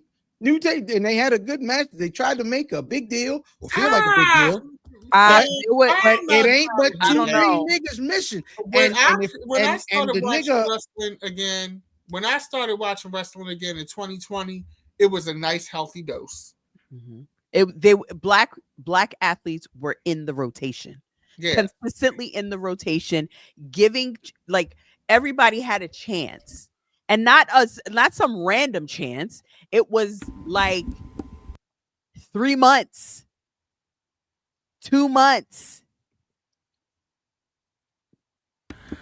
The song is going to remain the same, though. I think is the thing. It is. It's kind of. I'm just saying that, but it's noticeable. Didn't watch 100%. every era, right? So I'm just basing it off of the last 5 years. Now I'm going on 6. Damn, bitch. That I have been watching, and for me, it is very jarring seeing the difference since Vince has exited. And TKO and Triple H have been running roughshod, even down to the storylines. You still letting drunk ass Road Dogg be creative director on SmackDown, and look at what SmackDown looks like. But this is how time works, though, right? Because you're talking about the 5 years you've been watching, right? Add another year to that. 6 years was the year that me, Brother Fam, and his cousin had to go on a Saturday and not cry, but basically like, God damn, why does this company don't give a shit about us after Brock Lesnar beat Kofi Kingston ass? The thing is that it's all you're gonna have highs and lows, and unfortunately, you're right. Unfortunately, we're in a low. Hopefully, I don't know if it's going to be this regime where we're going to see that high go back up, where we're going to be seeing more Black folks in the regular rotation on a regular basis, but it's par for the course, unfortunately, right now. Yeah, I just think that it's like one of those things where kill too Black. On NXT, I get a nice dose of it, and maybe once they bring Oba and Javon up, things will change. We'll see. I don't want that to be soon. We'll see. Don't want that to be soon. I don't know what Hunter's going to do with an Oba right now. I could see him. He don't even know what to do with a Mello. He don't even know what to do with a Mello. Mello should not been in this tournament. He should not be in at the very least the semifinals or the finals. He should not be. Yeah. He's good. He's good. So say it. Mello is an amazing in-ring performer. Sean Trash, you wildin'. What? That's funny. What they need to come out of this tournament is something to draw your eye once Jonathan Sinesta is out of here. And as much as I love Carmelo Hayes, I don't think Carmelo Hayes is what they need to go out of this tournament and be the one to draw the eye, because that is what you have to do, because that is what their TV has been. Their TV has been John Cena, and everything else. Yeah. And so whatever comes out of that tournament has to be one of the major things on TV to draw the eye. And I don't think LA Knight is a major thing to draw anybody's eye. Nope. He's a good man. Yeah, what if he does though? But what if he does? Well, exactly. Because he could win. He could win. Yeah. I think my only fear.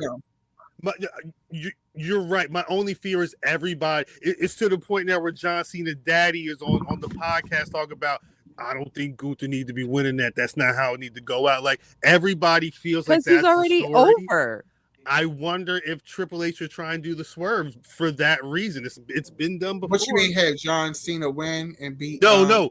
Have LA Knight win the tournament and then be the one to face John Cena instead of Gunther. And it'll go nowhere. It'll go nowhere. Like, respectfully, yes, the crowd loves him. I get it. I don't get it. I'll be honest. I don't get LA Knight. Yeah. I've never gotten him. But at the end of the day, I don't think him winning this tournament is going to turn into anything after this. Maybe Melo winning the tournament might not turn into anything after it, but maybe it does. I apologize, DDM. I know the position that you're in right now, having to speak ill of someone from the land, but I'm not speaking. I'm talking DDM. I'm talking DDM. I'm not speaking ill. I know he's not going to win. I know that WWE is never going to put the big belt on LA Knight. They haven't even put the Intercontinental title on him.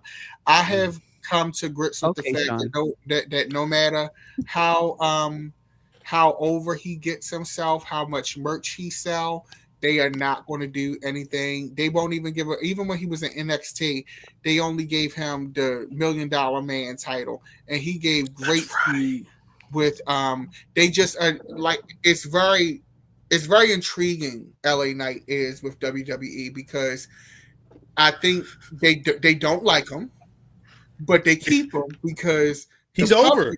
He's a good hand. He got over. But they don't like him. I think that they are annoyed, and this is very Vince McMahon of them right now. They're annoyed because I think they're like Mimi. They don't understand why the public likes him. They don't understand why his merch sells. They don't understand why it has now been 3 years and he's still working. They don't understand it. And so because they don't understand it, they gave him 2 U.S. title runs, $1 Million Man run, which means nothing. And they're just never going. I accept now that LA Knight will never get, even for WrestleMania, they're going to give him scraps if he even gets on the card. The funny part is that whole soliloquy made me think that they're going to give it to him. That's what I'm wondering if they're going to do it. I feel like because this is how everybody feels, and everybody's drawing the same conclusion. Like this is Brock all over again, right? This isn't like when we say it. It's not. These ain't. I made the greatest statement. You know, we're basing it all on history, and when you say it like that, they listen to everything, and when we start hearing it everywhere, I feel like there's an opportunity to do the other thing. So I don't think it's out of the realm of possibilities that LA Knight wins this. Now, the cool thing about even LA Knight winning this, right, is that what they trust, right, is what they've seen. So the thing that you mentioned, DDM, about him getting over organically and people loving his merch and people getting behind the character, that's something that they can give the ball to. You know what I'm saying? That is something that they can take that Cena win and hand it off, and let's see if you can get a first down. Boom, hand it off. Let's see if you can score 6. And so I think Gunther winning is the layup, right? Gunther, who after his IC run, that booking has been right, awkward, yeah. Right, and so I think him losing early in this tournament ruins this guy. Ruins Gunther. Yes. Yeah. I'm talking as an early out. If he lost to his Carmelo Hayes, okay. You should have just not having the tournament if that's what you would have done. Yeah. Right. He had to win those. He had to. He does not have to win the finals. He doesn't. You know what I'm saying? A loss to the winner of this tournament is a big deal. A loss to John Cena, you know what I'm saying? Like, it's a big deal just to get those rubs, but it's not going to hurt none of these people. We're talking this into existence. Listen, I said this earlier this week. Y'all made it. I wasn't thinking about it. Corey said that shit. I was like, Corey, shut up. What are you talking about? But no, it's too much. It's the chatter around Gunther. It's too much. It feels too inevitable. And it's you just got to be wary because that's the times where they will pull the rug out from under you. It's always a goddamn work. And that's Friday. Alonzo's right. Alonzo's right. To say Gunther's a made man, he doesn't need to see the match. That's a fact. He's already a world champion. No, but he doesn't need the Cena match. He needed a very good showing in this tournament. Well, he needed that because he's Gunther. He was Gunther a couple years ago before this tournament. That nigga was loser, man. I think to Fam's point, because think about what Gunther was doing in the run before the program for Jey Uso. Like he'd have dope matches, but they weren't utilizing him on Raw primarily because he wasn't. There was heel Cena. And there was something else, or maybe Judgment Day, something, I don't know. It felt like there were things that were always more important. And then he would have a banger on the Raw and then kind of be gone from the... They've not booked him correctly in terms of the force that he can be. And I wonder if... Because you know what you do after Gunther loses in the finals? Dragging off. He would have to go on the warpath, yeah. And I would love for them to run back that program with him and Dragon off again. Yeah. I would love that. That would be those matches in NXT. Those were great matches. Bangers, yeah. They were so much passion and grit and gusto. All right, yo. No, there was some good. Yeah, no, but no, I think the way that people would talk about how a Carmelo or a Javon would look winning against a Gunther, I think that's the oomph that they're trying to give LA Knight if he beats Gunther on Friday night SmackDown to face John Cena at Saturday Night's main event and Cena's final match, which I believe he told Kimmel is going to start that Saturday Night's main event. It will not be the main event. So is anybody actually going to that? Anybody actually inside the building? No. Nah. Shout out Britt Waters. I want to Google these ticket prices just to see because I need to look at them. I've heard. Yeah, we were there last week. We were at the arena last week and we looked them up and beating you over the head. Good gosh, 400 for the 400? No, sheesh. 400 for the 400? Nah. Just to start. You can't get in without the phone. What Show Enough said, nigga, please. Nigga, please. Ain't no goddamn I better see the thing. I better stay. I'm at Capital One. It's a whole. So it's a whole. Now it is a whole festival. Out for the whole outdoor situation. They blocking the streets off. Britt Waters is hosting. Shout out. We'll have a conversation with her soon. But like it's going to be a thing. It's going to be a cool thing. There gonna be a lot of folks in town. And it'll be a thing, and it is the ultimate thing that wrestling fans it's the ultimate outstanding.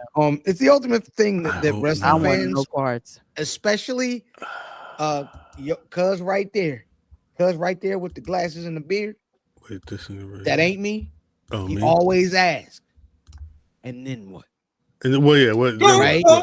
What's next? Oh, you can sit behind the Titantron for $458. Feel the fire, feel the heat. The pyro, burn off your fucking burn your whole face off. Yeah. Yeah, Rock. I think they're gonna. I'm assuming that this week is gonna be seen it out. I'm gonna imagine like the Raw. He's not going to be on Raw or SmackDown, but I expect some vignettes or something like that. I wonder if he's going to be showing up on NXT. It'll be the thing that they were going to, a lot of the things that they were going to probably do that night, because he said they were going to make it a John Cena, this is your life kind of night, and because he said let's not do that, they'll probably do a lot of the stuff that they had planned this week coming up. This week, yeah. Oh my God. Section 4 wrote $80,000. Did he? What? He said 80,000. Let's do it. $57. That's on ticket. Something's happening. I think it's going to be super star studded. It's going to be super star studded. It's exhibition. It's giving exhibitionist. Like it's going to be exhibition. Oh, it's going definitely say 80,000. Yeah. It's gonna be top tier. But that's somebody lunching though, because a section in the one is 2,000. This is Peacock, nigga. This is Saturday Night's main event. It's only going to be on Peacock. It's not going to be on NBC. The lowest tickets are $300, but that is literally in a nosebleed, like in the. Rock said the interview drops after the hem of his robe. There's an interview that he's doing. John Cena interview after. I didn't see that. Yeah, but that's they're doing all of this. It's a big deal. It's cool. I like this. Right, I'm gonna be honest. Right, and maybe we'll get into this a little more next week, because I know there's some other stuff that we gotta get to. Yeah. But like, we've never ever gotten a proper like send off for a wrestler. Right. The right way. They either went too long or ended too short. Right. I think this is what we're supposed to get from Cena, and I think it's been dope. I think they tried some stuff that didn't work. I think they did some stuff that really, really worked, and it'll be what it'll be. But Cena, because of who he's been during his whole entire run, I think this ends right. This feels to me like Kobe felt. Well, he was. I think John Cena is the Kobe of wrestling, because he completely he changed the mainstream game. Like The Rock couldn't do what John Cena did, and that's why I say there's certain superstars that you can say that are true GOATs, and the true GOATs is that man who shall be forever remain nameless. Here she go. Who is talking about? Happy birthday, Jay. Ether Day. John Cena. And the other person, I'm just gonna keep waiting. I'm gonna have him keep adding to his roster, and I'm just gonna let him do his thing. You don't think John Cena came in. He basically he put us into mainstream in a different way than The Rock put us into mainstream. The Rock was just there. John Cena helped embed the brand, in my opinion. You don't think Stone Cold Steve Austin deserves to be in that conversation? I think he does, but I don't think. I think he's etched into the culture. I think he's etched into pop culture as well. However, I think John Cena monetarily did something different. Like I think he did something absolutely with the merch, with the this, with that. Like he did something completely different. He defined what it means to be a WWE superstar. I'll tell you the thing, and it's not, for me, it's not even tough to put my thumb on. Cena did it as a good guy. That's tough because very tough in the era post Hogan, right? And this isn't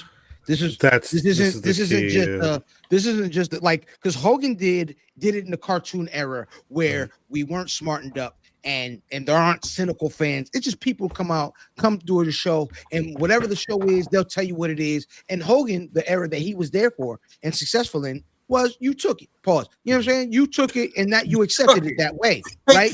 No, love it. You gotta shut up. I'm gonna fight you. No. So then, right? Right? You get a guy like Cena, who you felt them saying, "This is the good guy," and that's right, Dustin. Go ahead. You can say it again now, DDM. Now you can say it. Love it. That's what you gotta take it. Shut your mouth. I'll smack your face. Like that's what they told you. They said, love him. And the people said no. But every time he was the main event, they cared. Maybe it was the other way, but they cared. That's the thing about Cena. Cena did all this for the most part as a goddamn baby face. And a lot of times we quote unquote didn't want what he was trying to give us. Yeah, but we cared during his era. But I think Hogan, although we took it while he was in wrestling, outside didn't want it. He was rejected outside. John Cena was not rejected outside. I think even outside of that, I think Hogan was in an era where pro wrestling was, oh, you watch wrestling? Like, you know, people didn't really understand. They knew that it was fake, but they didn't really, it's not where it's been 40 years later. Love Stone Cold, and I think Stone Cold was very important for burn hot but short. Pause. The Attitude Era, especially being that character going up against Vince, or the Mr. McMahon character, I should say. I think that they don't consider him the GOAT. Like, I don't think there's been a question about WWE stamping him as the GOAT. They've made sure to outright say Jonathan Cena is the modern GOAT of pro wrestling. And I think it's because, and you know, for some it's unfair. He's been able to do it, like Neil said, he did it longer than anybody else in history. He's been able to be the guy who's got the never seen 17 like that. I was thinking about that the other day. He's marketable. It's him, Ric Flair, and Randy Orton, though. Like, it's really rare air in terms of like some of the stuff he's done. But like Mimi said, to also still be the most requested Make-A-Wish guy, and there's a lot about John Cena that puts him in a different position, and I think all of that and the way he's carried it has turned him into somebody that's been bigger than a lot of the superstars that have come before him. He's Derek Jeter. That's who I would compare him to. I think the thing is, what makes him special is that he did it purely as a wrestler. Like, he's just starting to do acting, right? And he's not the best at it, right? Especially seriously, yeah. Right. So he did it. His currency is purely off of purely his wrestling character, which is all he was. He was only ever a wrestler, right? Whereas with The Rock, his currency came from being The Rock, but also to being this huge movie star. Like, there is no bigger movie star to come from wrestling than The Rock. But he had to become that after wrestling, right? Well, exactly right. So his legacy is also intertwined. And he didn't take. And here's another thing: he did not. The Rock really didn't take wrestling with him. John Cena took wrestling with him. Oh yeah, it was for along his journey. Yeah. Oh well, yeah, for sure. For a very long time, disconnected. He was always John Cena, the wrestler. That was the whole thing of their beef. Yeah. Yeah, he was always the wrestler. Never had a nickname either, though. So you know what I mean. He didn't have a choice. Where Rock was like, well, I could just take that off. Well, but I think the other key too, and it's funny going back and watching some of the old footage. Like Cena's been this wrestling fan. Watching him with the way he talks about the tapes that he had when he was in OVW, like he's been a student.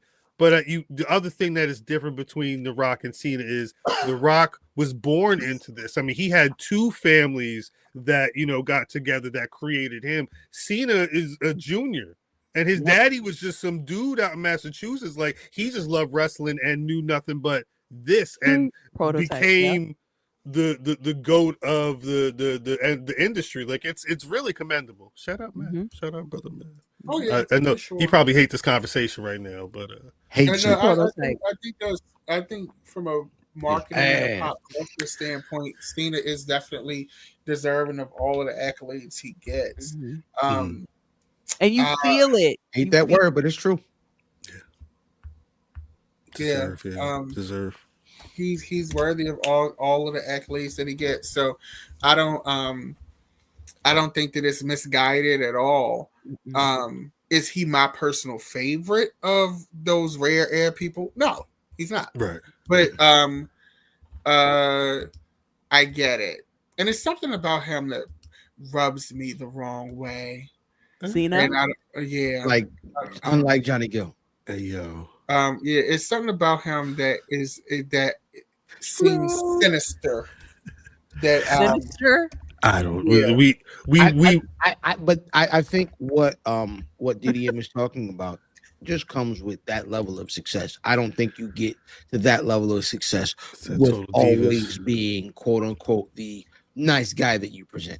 And I think I think John Cena is a very calculated guy, and we get who exactly we are supposed to. Didn't we see that in the Bella thing?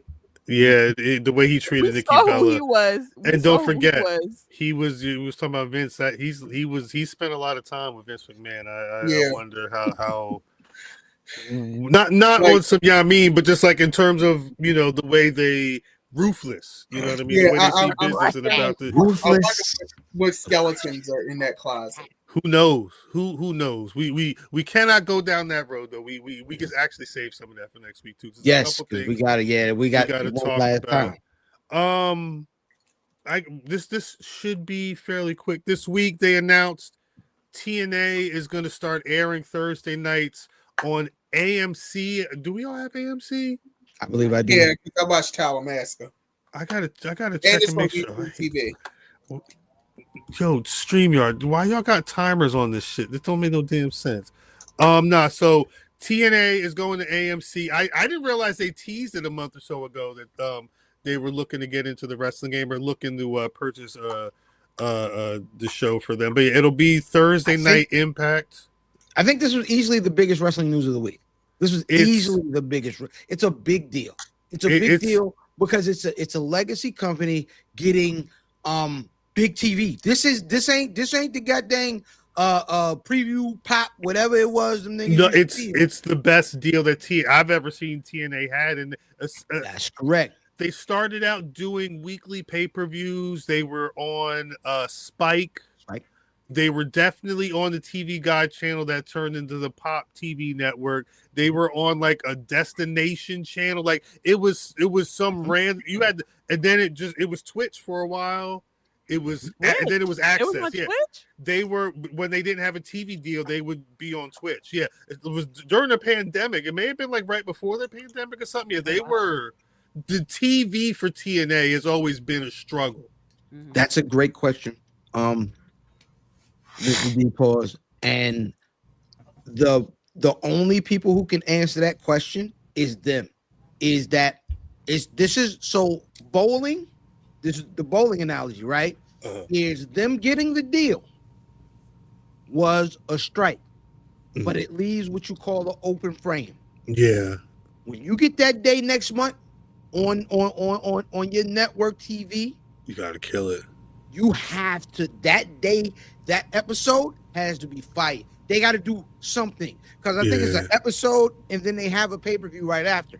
You gotta start hot. You gotta First of all, that show should be better than the pay-per-view. I'm sorry. You gotta make a real statement with that show. You gotta do a thing. You gotta do something. Just set Moose I on think fire. they need to Something you got to do. Set Moose on fire. I think they need to focus on rebuilding themselves on prime time. Yeah. And not really focus on this question. They need to focus on the brand and and coming back and being what TNA used to be.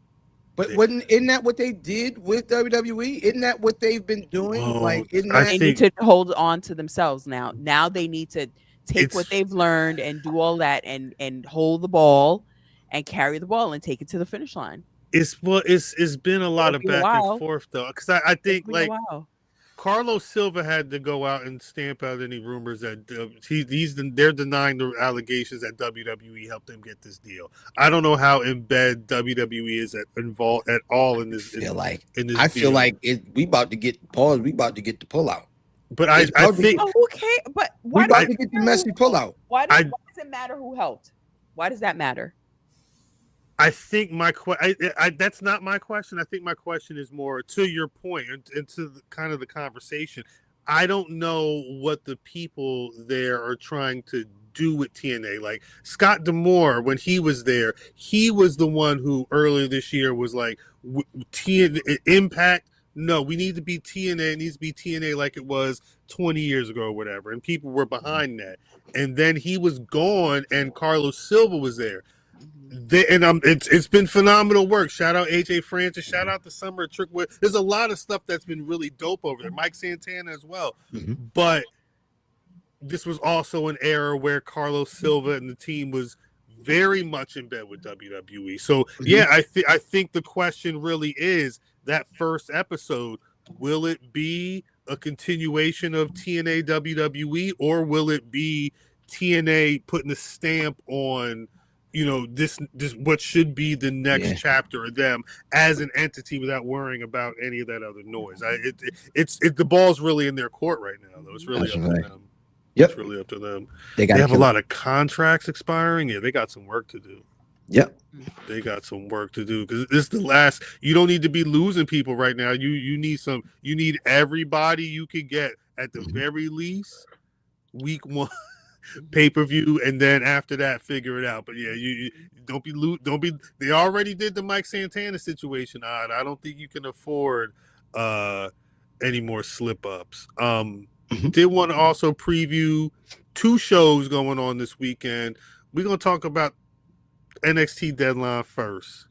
They got 5 matches on this card. This is actually a low key. Like if you've been watching the show, it kind of makes sense. But I don't know how. Like I don't know if people are gonna be rushing to watch a lot of this card. You've got Ethan Page defending the North American title against Mr. Iguana. I thought Soroka was hurt. I think she was hurt, and I don't know. I don't think it was to the extent that we may have thought it was, because she was still she was hurt and dropped the NXT Women's North American title, but I believe she still had the Speed title, or it was like one or the other. Like she had dropped one of the titles and was still holding the other one, but then had homegirl. I make up, her injury was a work. Okay, yeah, she was on TV too much for it to thinking that it was anything serious. But she's competing in the Women's Iron Survivor Challenge. The winner of that gets an NXT Women's Championship match at New Year's Evil at the top of January. I guess it's her, Lola Vice, Kalani Jordan, Jordan Grace, and Kendall Gray. That should be fun. I don't really like Kendall Gray like that. People love Kendall Gray. Tatum Paxley versus Izzy Dame is the one match on this show. I will be in the bathroom during that match. Men's Iron Survivor Challenge, and of course the winner of that will get an NXT Championship match at New Year's Evil. Javon, Leon Slater, Joe Hendry, Deion Lennox, and Miles Bourne. Got some wrestlers. There's definitely some wrestlers. There's some. When I say wrestlers, I mean workers. Like niggas, just dope. Joe Hendry winning that. Could be. No, Javon winning that, Mimi? I want Javon to win it. Yeah, she just answered your question without answering it. Yeah. But she answered it. When she shook her head, I knew what the answer was. The sad part is because I saw that contract shit today. Ricky Saints defending the NXT Championship against Obafemi. Javon can win that match and then lose the belt to Obafemi, or lose the title match to Obafemi again. Ricky shouldn't lose yet. Ricky should definitely not lose yet. How's he beating Oba? Farfik Dugan, some sort of whatever. Trick Williams come out. Trick Williams. Shout out Trick. Congrats to Trick and Lash Legend. They might as well talk. They shared a clip of he proposed. I guess he proposed Thanksgiving. Mm-hmm. That was the thing. He proposed Thanksgiving, and then the funniest tweet I saw Saturday, he said, "I know she ain't got that ring on." Yeah, that was funny. Because she was up in the War Games beating ass with I don't know how much was on there. Yeah, the 5 times on there. She had the 5 times. Shout out to them. No, that's good. Somebody said they just dropped a song together. I guess they recorded something. I ain't see shit. Can I be out? No, I'm not gonna do that. Yeah, we may not be able to do that, especially because we have to talk ASÉ. Damn, let me get these images loaded. ASÉ has their 2-year anniversary show this Saturday as well. I mean, if you the way we talk about storytelling, this is the federation you need to be watching for some storytelling. Look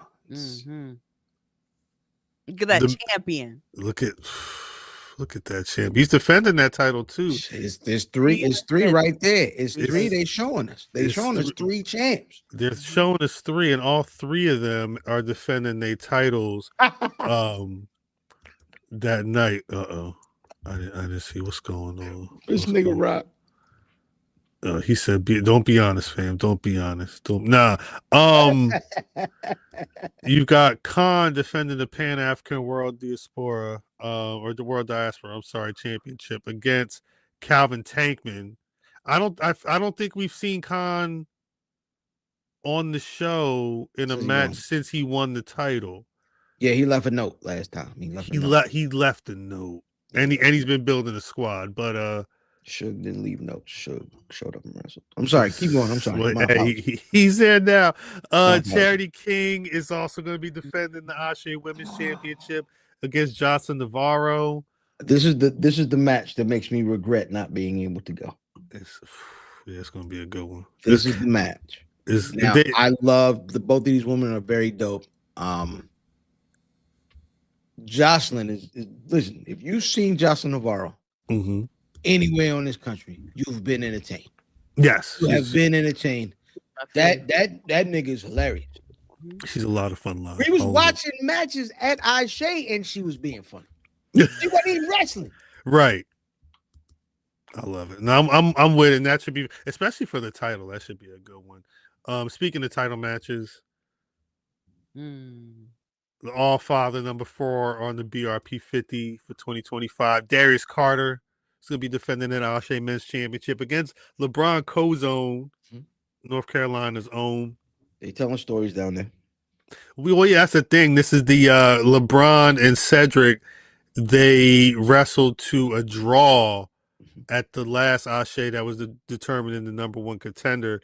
And so they set up, this was the first match. They set this match up for the 2-year anniversary. And Cedric is going to be facing Darius, or whoever wins this match. Cedric is going to be facing the winner of this match at the BLM show. I don't know if it's called BLM, but the Black History Month show that they do in February. I need to be. I'm going in February. Ryan Rembrandt going to be there, so I'm going in February. You got to watch that, nigga. I would love this to be the BRP road trip, but if we can't put it together, I'm going. Brother Fam said he there regardless. The one match that we really been seeing cook Actually, they was at WrestleCade over the weekend, and Darius Lockhart had to get into the middle of them, but it's because Savannah Evans fucked the money up. Savannah Evans and Alexis Littlefoot are finally going to be settling their score. Mimi said that Alexis Littlefoot got it. My girl got it.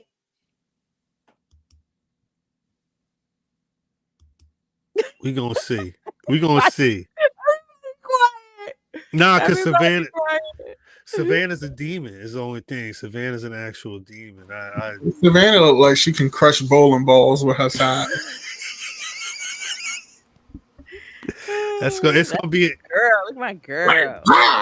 Shut up. Definitely not saying nothing bad about Savannah Evans. I'm definitely not.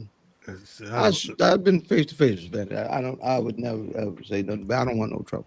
No, I don't want no problem with her at all. This should be fun, but I'll tell you, shout out to them for being really dope in kind of doing a build for this and having fun with it. Facts. You know what I'm saying? Old school building stuff, yeah. Negro nuance is my favorite thing in pro wrestling. It's probably my favorite thing in life. It's the thing that sets Black people apart from me connecting with it. And what this is, what ASÉ is, man, it's always fun just to go down there. Watch the show. It's great. Shout out to Swole, who are an amazing announcement. Mm-hmm. Watching the product that they put out is everything that I want pro wrestling to be. So I'm excited about this joint. It's what I'll be watching while I'm bending my arm and celebrating Mrs. Fam's birthday weekend. Shut up! Shut up! That's right. It's Sunday. Correct. So while she she's Sagittarius too. Okay. Mm-hmm. While she takes over my space, I gotta. That makes sense. That makes sense now. Yeah. Yeah. As she takes over my space, and they'll be down here partying, and I'm gonna be upstairs watching. Nice. Oh, she having a party? She's having they have a little group of girls that celebrate. It's like a girls' weekend type of. Yeah, they having one of those things. So I'll be upstairs. I've been tasked to chef it up. Yeah, I gotta chef it up this weekend. I respect it. Hey, lick the wrist and stay out the way. Chefing. You might understand from the touch of your hand makes my pulse react. It's a miracle. Yeah, Bojack. Darius Lockhart. Frontman Josh. Hey yo, this nigga frontman Josh. Like frontman. If you go to a show, frontman Josh look like he beat his old lady up. Like he's a real. Like he can never be a good guy. Frontman Josh can never be a good guy. He come out there, he like what you say? Like he looked like one of them. If you come out and you see frontman Josh, he is the perfect antithesis for what Darius Lockhart is to ASÉ, because he just comes out there and he beat people up and he cuss niggas out and he don't wear no knee pads. I don't like it. And he just looked like he beat broads up. He beat him up. The one match I can't wait to see, it's a return hold for hold match. Darian Bankson did an open challenge for the hold for hold at the last ASÉ, and Suge came out, and they had a really all holds, no strikes. It's just straight up rap music match. Pure. And they're running it back again. It was so nice the first time. They're gonna let you see it twice. Also, there is a tag team or just a tag team triple threat match on that card as well. One sec. Yeah, Audacity, Top Shooters, and Ugly Gang. Looking to be number one contender for the yay. I'm biased. I need Treehouse. Treehouse. A Treehouse. You and I need to have a conversation. You and I need to have a Treehouse. Who we got to talk to? Do we know Treehouse? We I don't know. I see them. I'm gonna see them niggas face to face when I see them. Yeah. Hey, listen, Treehouse, and we need to have a conversation, and we will. Oh shit! That's ASÉ this Saturday. Patreon.com/ASÉ Wrestling, ASÉWrestling.com. Buy tickets. You can buy information to stream. Mimi, word just hit. Netflix won the Warner Brothers Discovery bidding war. What? Yeah, I just got an email. Ooh, what does that mean for AEW? So who was trying to buy them? It was some Saudi company, right? There was Saudi interest in there. Yes, Paramount was crying today. They were saying that the I'm glad they ain't getting it. Their quotas is saying it was tainted. I'm not seeing it. I just got one email. I wonder if this news is gotta be hitting. But yeah, they were saying that. As a matter of fact, earlier today they were saying that they were pissed because it felt like Netflix was being they were favoring them more in the conversation than anybody else. No. They listen. I keep. It's Netflix. They have been. Netflix is a monster. Yep. Netflix is a goddamn. The train that they talk about, too going too fast to stop, too big to fail. These are the niggas that shut down Blockbuster and the whole physical media and almost shut down themselves. Remember, they almost was dying at one point with them damn CDs. But I remember them damn. They knew how to pivot. It's one of them weird clear red cases up around somewhere. But it's that company. That company is the boogeyman. That company is the boogeyman, and they're doing everything that they want to, and they're doing things that they don't want to do. They don't want to go into the movie theater. We had this conversation earlier. They don't want to do that, but what they will do is appease these companies that are bringing them niggas millions of followers or million of clicks to go ahead and have fun at the movies on Christmas Day or New Year's Eve or whenever the finale drops. Because Stranger Things, they doing what they doing because they can do everything they want. You know what's interesting is that Netflix will own HBO now. Correct. Yep. They would own HBO. That's right. Netflix. Wait. Netflix would own Monday Night Raw as well as the channels that run AEW Dynamite. That was my first question. HBO plays you can get all the AEW pay-per-views on Max. That is Netflix will own the DC stuff too. Netflix would own DC. Yes, they own DC. They might deny this. What's the difference between the Paramount had bought it? It's being reported now that they won. They're supposed to be entering exclusive deal talks. I don't know how long that situation specifically is going to take, but matter of fact, I'm gonna drop a link in the chat. All they got to do is make a sizable donation to Donald Trump and kiss him away. That's kind of how it goes. I think that's what Sundance thought was going to happen. They dropped that lawsuit, right? Paramount dropped that lawsuit. Links, by the way, now they really thought that they was gonna be able to finagle their way. Yeah, no, that's what y'all get for trying to get rid of BT. That's what y'all get for firing all them damn people. That's what y'all get. Shit. Well, on that note, it's not every show that we end on some actual breaking news, but it's a big deal.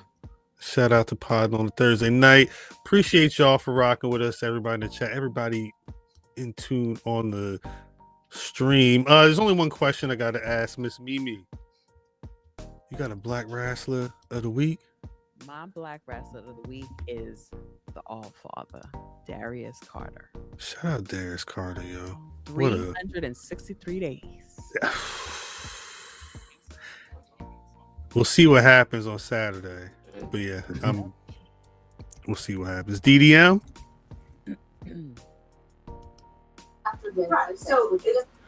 I'm getting so tired of these right-wing white women. And why do you keep bringing up white people at Black Wrestler of the Week? I'm just saying. What happened? Every week we had this conversation. What happened? Sorry, I had the news is playing in the background. Black Wrestler of the Week. Let's see what black people were on TV this week. Oh shit! Let's see. Shout out Kevin Knight. There's Jade Cargill next. Javon Evans, possibly. Leon Slater, I could get with it. I like Leon. Lash Legend, great coming out at Yes. Survivor Series. Queen Aminata still on the shelf, so can't pick her. Damn. I'll go with Lashina Legend and shout out, congrats on your engagement. Facts. Big facts.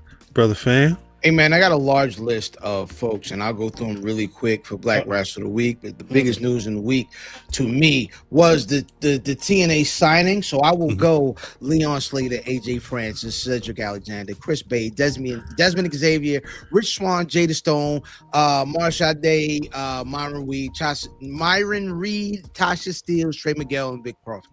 Shout out. All the black folks that matter on TNA TV. Yeah, I was gonna say you actually low key. I'm not saying it's gonna rival NXT. I don't watch TNA enough to put it on that status, but you're gonna get some good black wrestling on there. Oh, for sure. Always. If they could just get a little polish it. Here's the thing, and everything isn't for everybody, right? Everything isn't for everybody. But I think for me, and I think TNA has gotten better at this. I think TNA looks a little bit more polished than AEW does, in my personal opinion. Or should I say they look a little bit more modern? That's fair. They look a little bit modern. I do think that's fair. Big Nasty, my Black Wrestler of the Week too. Osiris, Big Nasty. Oh, and did you know that old boy in Darkscape, Dion Lennox is a Morgan State University?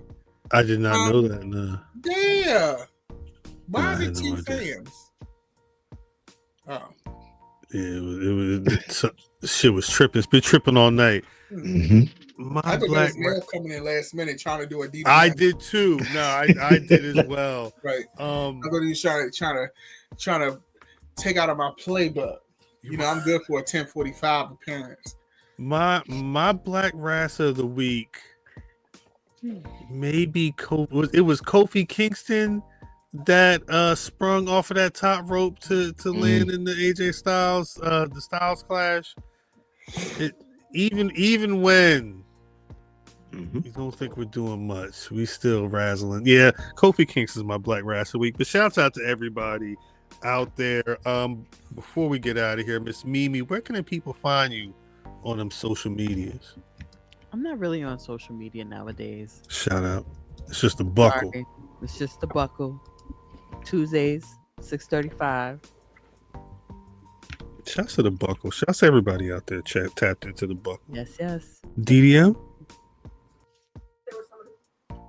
You can find me youtube.com/Secretary of Shade at Dapper Dan Midas, Kofetla Kingston. I think that could be a Twitter name.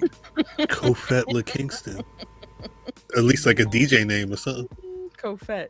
I'm DJ Kofetla Kingston, brother fan. Hey man, IlFam790 in social media choice. Hey, listen, end of the year's coming up. I feel like I'm gonna have a couple of conversations outside of wrestling. So just keep an eye on the channels where you see me, where you don't see me, where you saw me before. I want to have a couple of conversations before the end of the year. There's some very, very interesting conversations. There's a hip hop MVP, I think, that needs to be discussed this year. I think just a year-end wrap up of what the year's been. Conversation has to be, and pay attention to these channels as we got some new working for y'all in the new year. You know what I'm saying? It's certain folks that may not have been fed all the time. We feeding everybody. Everybody eats. Everybody eats in 2026. Everybody eats in 2026. Shout out, brother. Y'all in a bit. Shout out, brother Math, but don't follow him. Nah, don't follow him. I know where he's going. Don't follow at Cal on Twitter, at Black Rasslin everywhere else. BlackRasslin.com is the website. And you can always find the Black Rasslin Podcast on Spotify, Apple Cut Podcast, really wherever you get your podcast. You should tap in. DDM with the Christmas nails. Here, we'll gingerbread hands. Gingerbread hands. Those are cute. YouTube.com/Black Rasslin. Oh, I love it. Every Thursday night, 8:35 p.m. Eastern Standard Time. We giving you what? DDM, you late. That mic. 5 mics a pop. Man, lucky he ain't here, so I can eat him up real quick with my nails, because he swear his nails is giving what it need to give. Buffy. It's Buffy. Yeah. The shiny buff. Shiny buff. The shiny Patreon.com/Black Rasslin. Pay that 1, pay that 10 for all the copyright we can't put up over here. I think we're gonna be watching John Cena stuff all next week before the last match. Although we've already been watching a bunch of John Cena. You know how it goes. If you do 2024, 2014, anything 2014, hit me up. Got you. I'll let y'all know. We'll let y'all know. Hey, shout out to Teddy Riley because it ain't over. It ain't. I'm John Cena. Shout out to party's not Dallas over. Penn because it do not stop. We gotta. This show's gonna stop. A piece of the chat. If you've not already, please hit that like. If you're not subscribed, please do that. If we made you laugh one time, hit the new clout button or whatever, disco, whatever the new button. Whatever. Hit the hype. Yeah. Hype. Mine says something about hype, but yeah, if you know how to do the hype on YouTube, hype this up. I don't know how it works. Yeah, you hyphy niggas. Hit me up. I'll send you a link. Do the article. Do the article. Take a second. Isn't it ironic? All you want to do is so chronic. But then you forgot when you were down who was around. I can't eat, I can't sleep anymore. Waiting for love to walk through the door.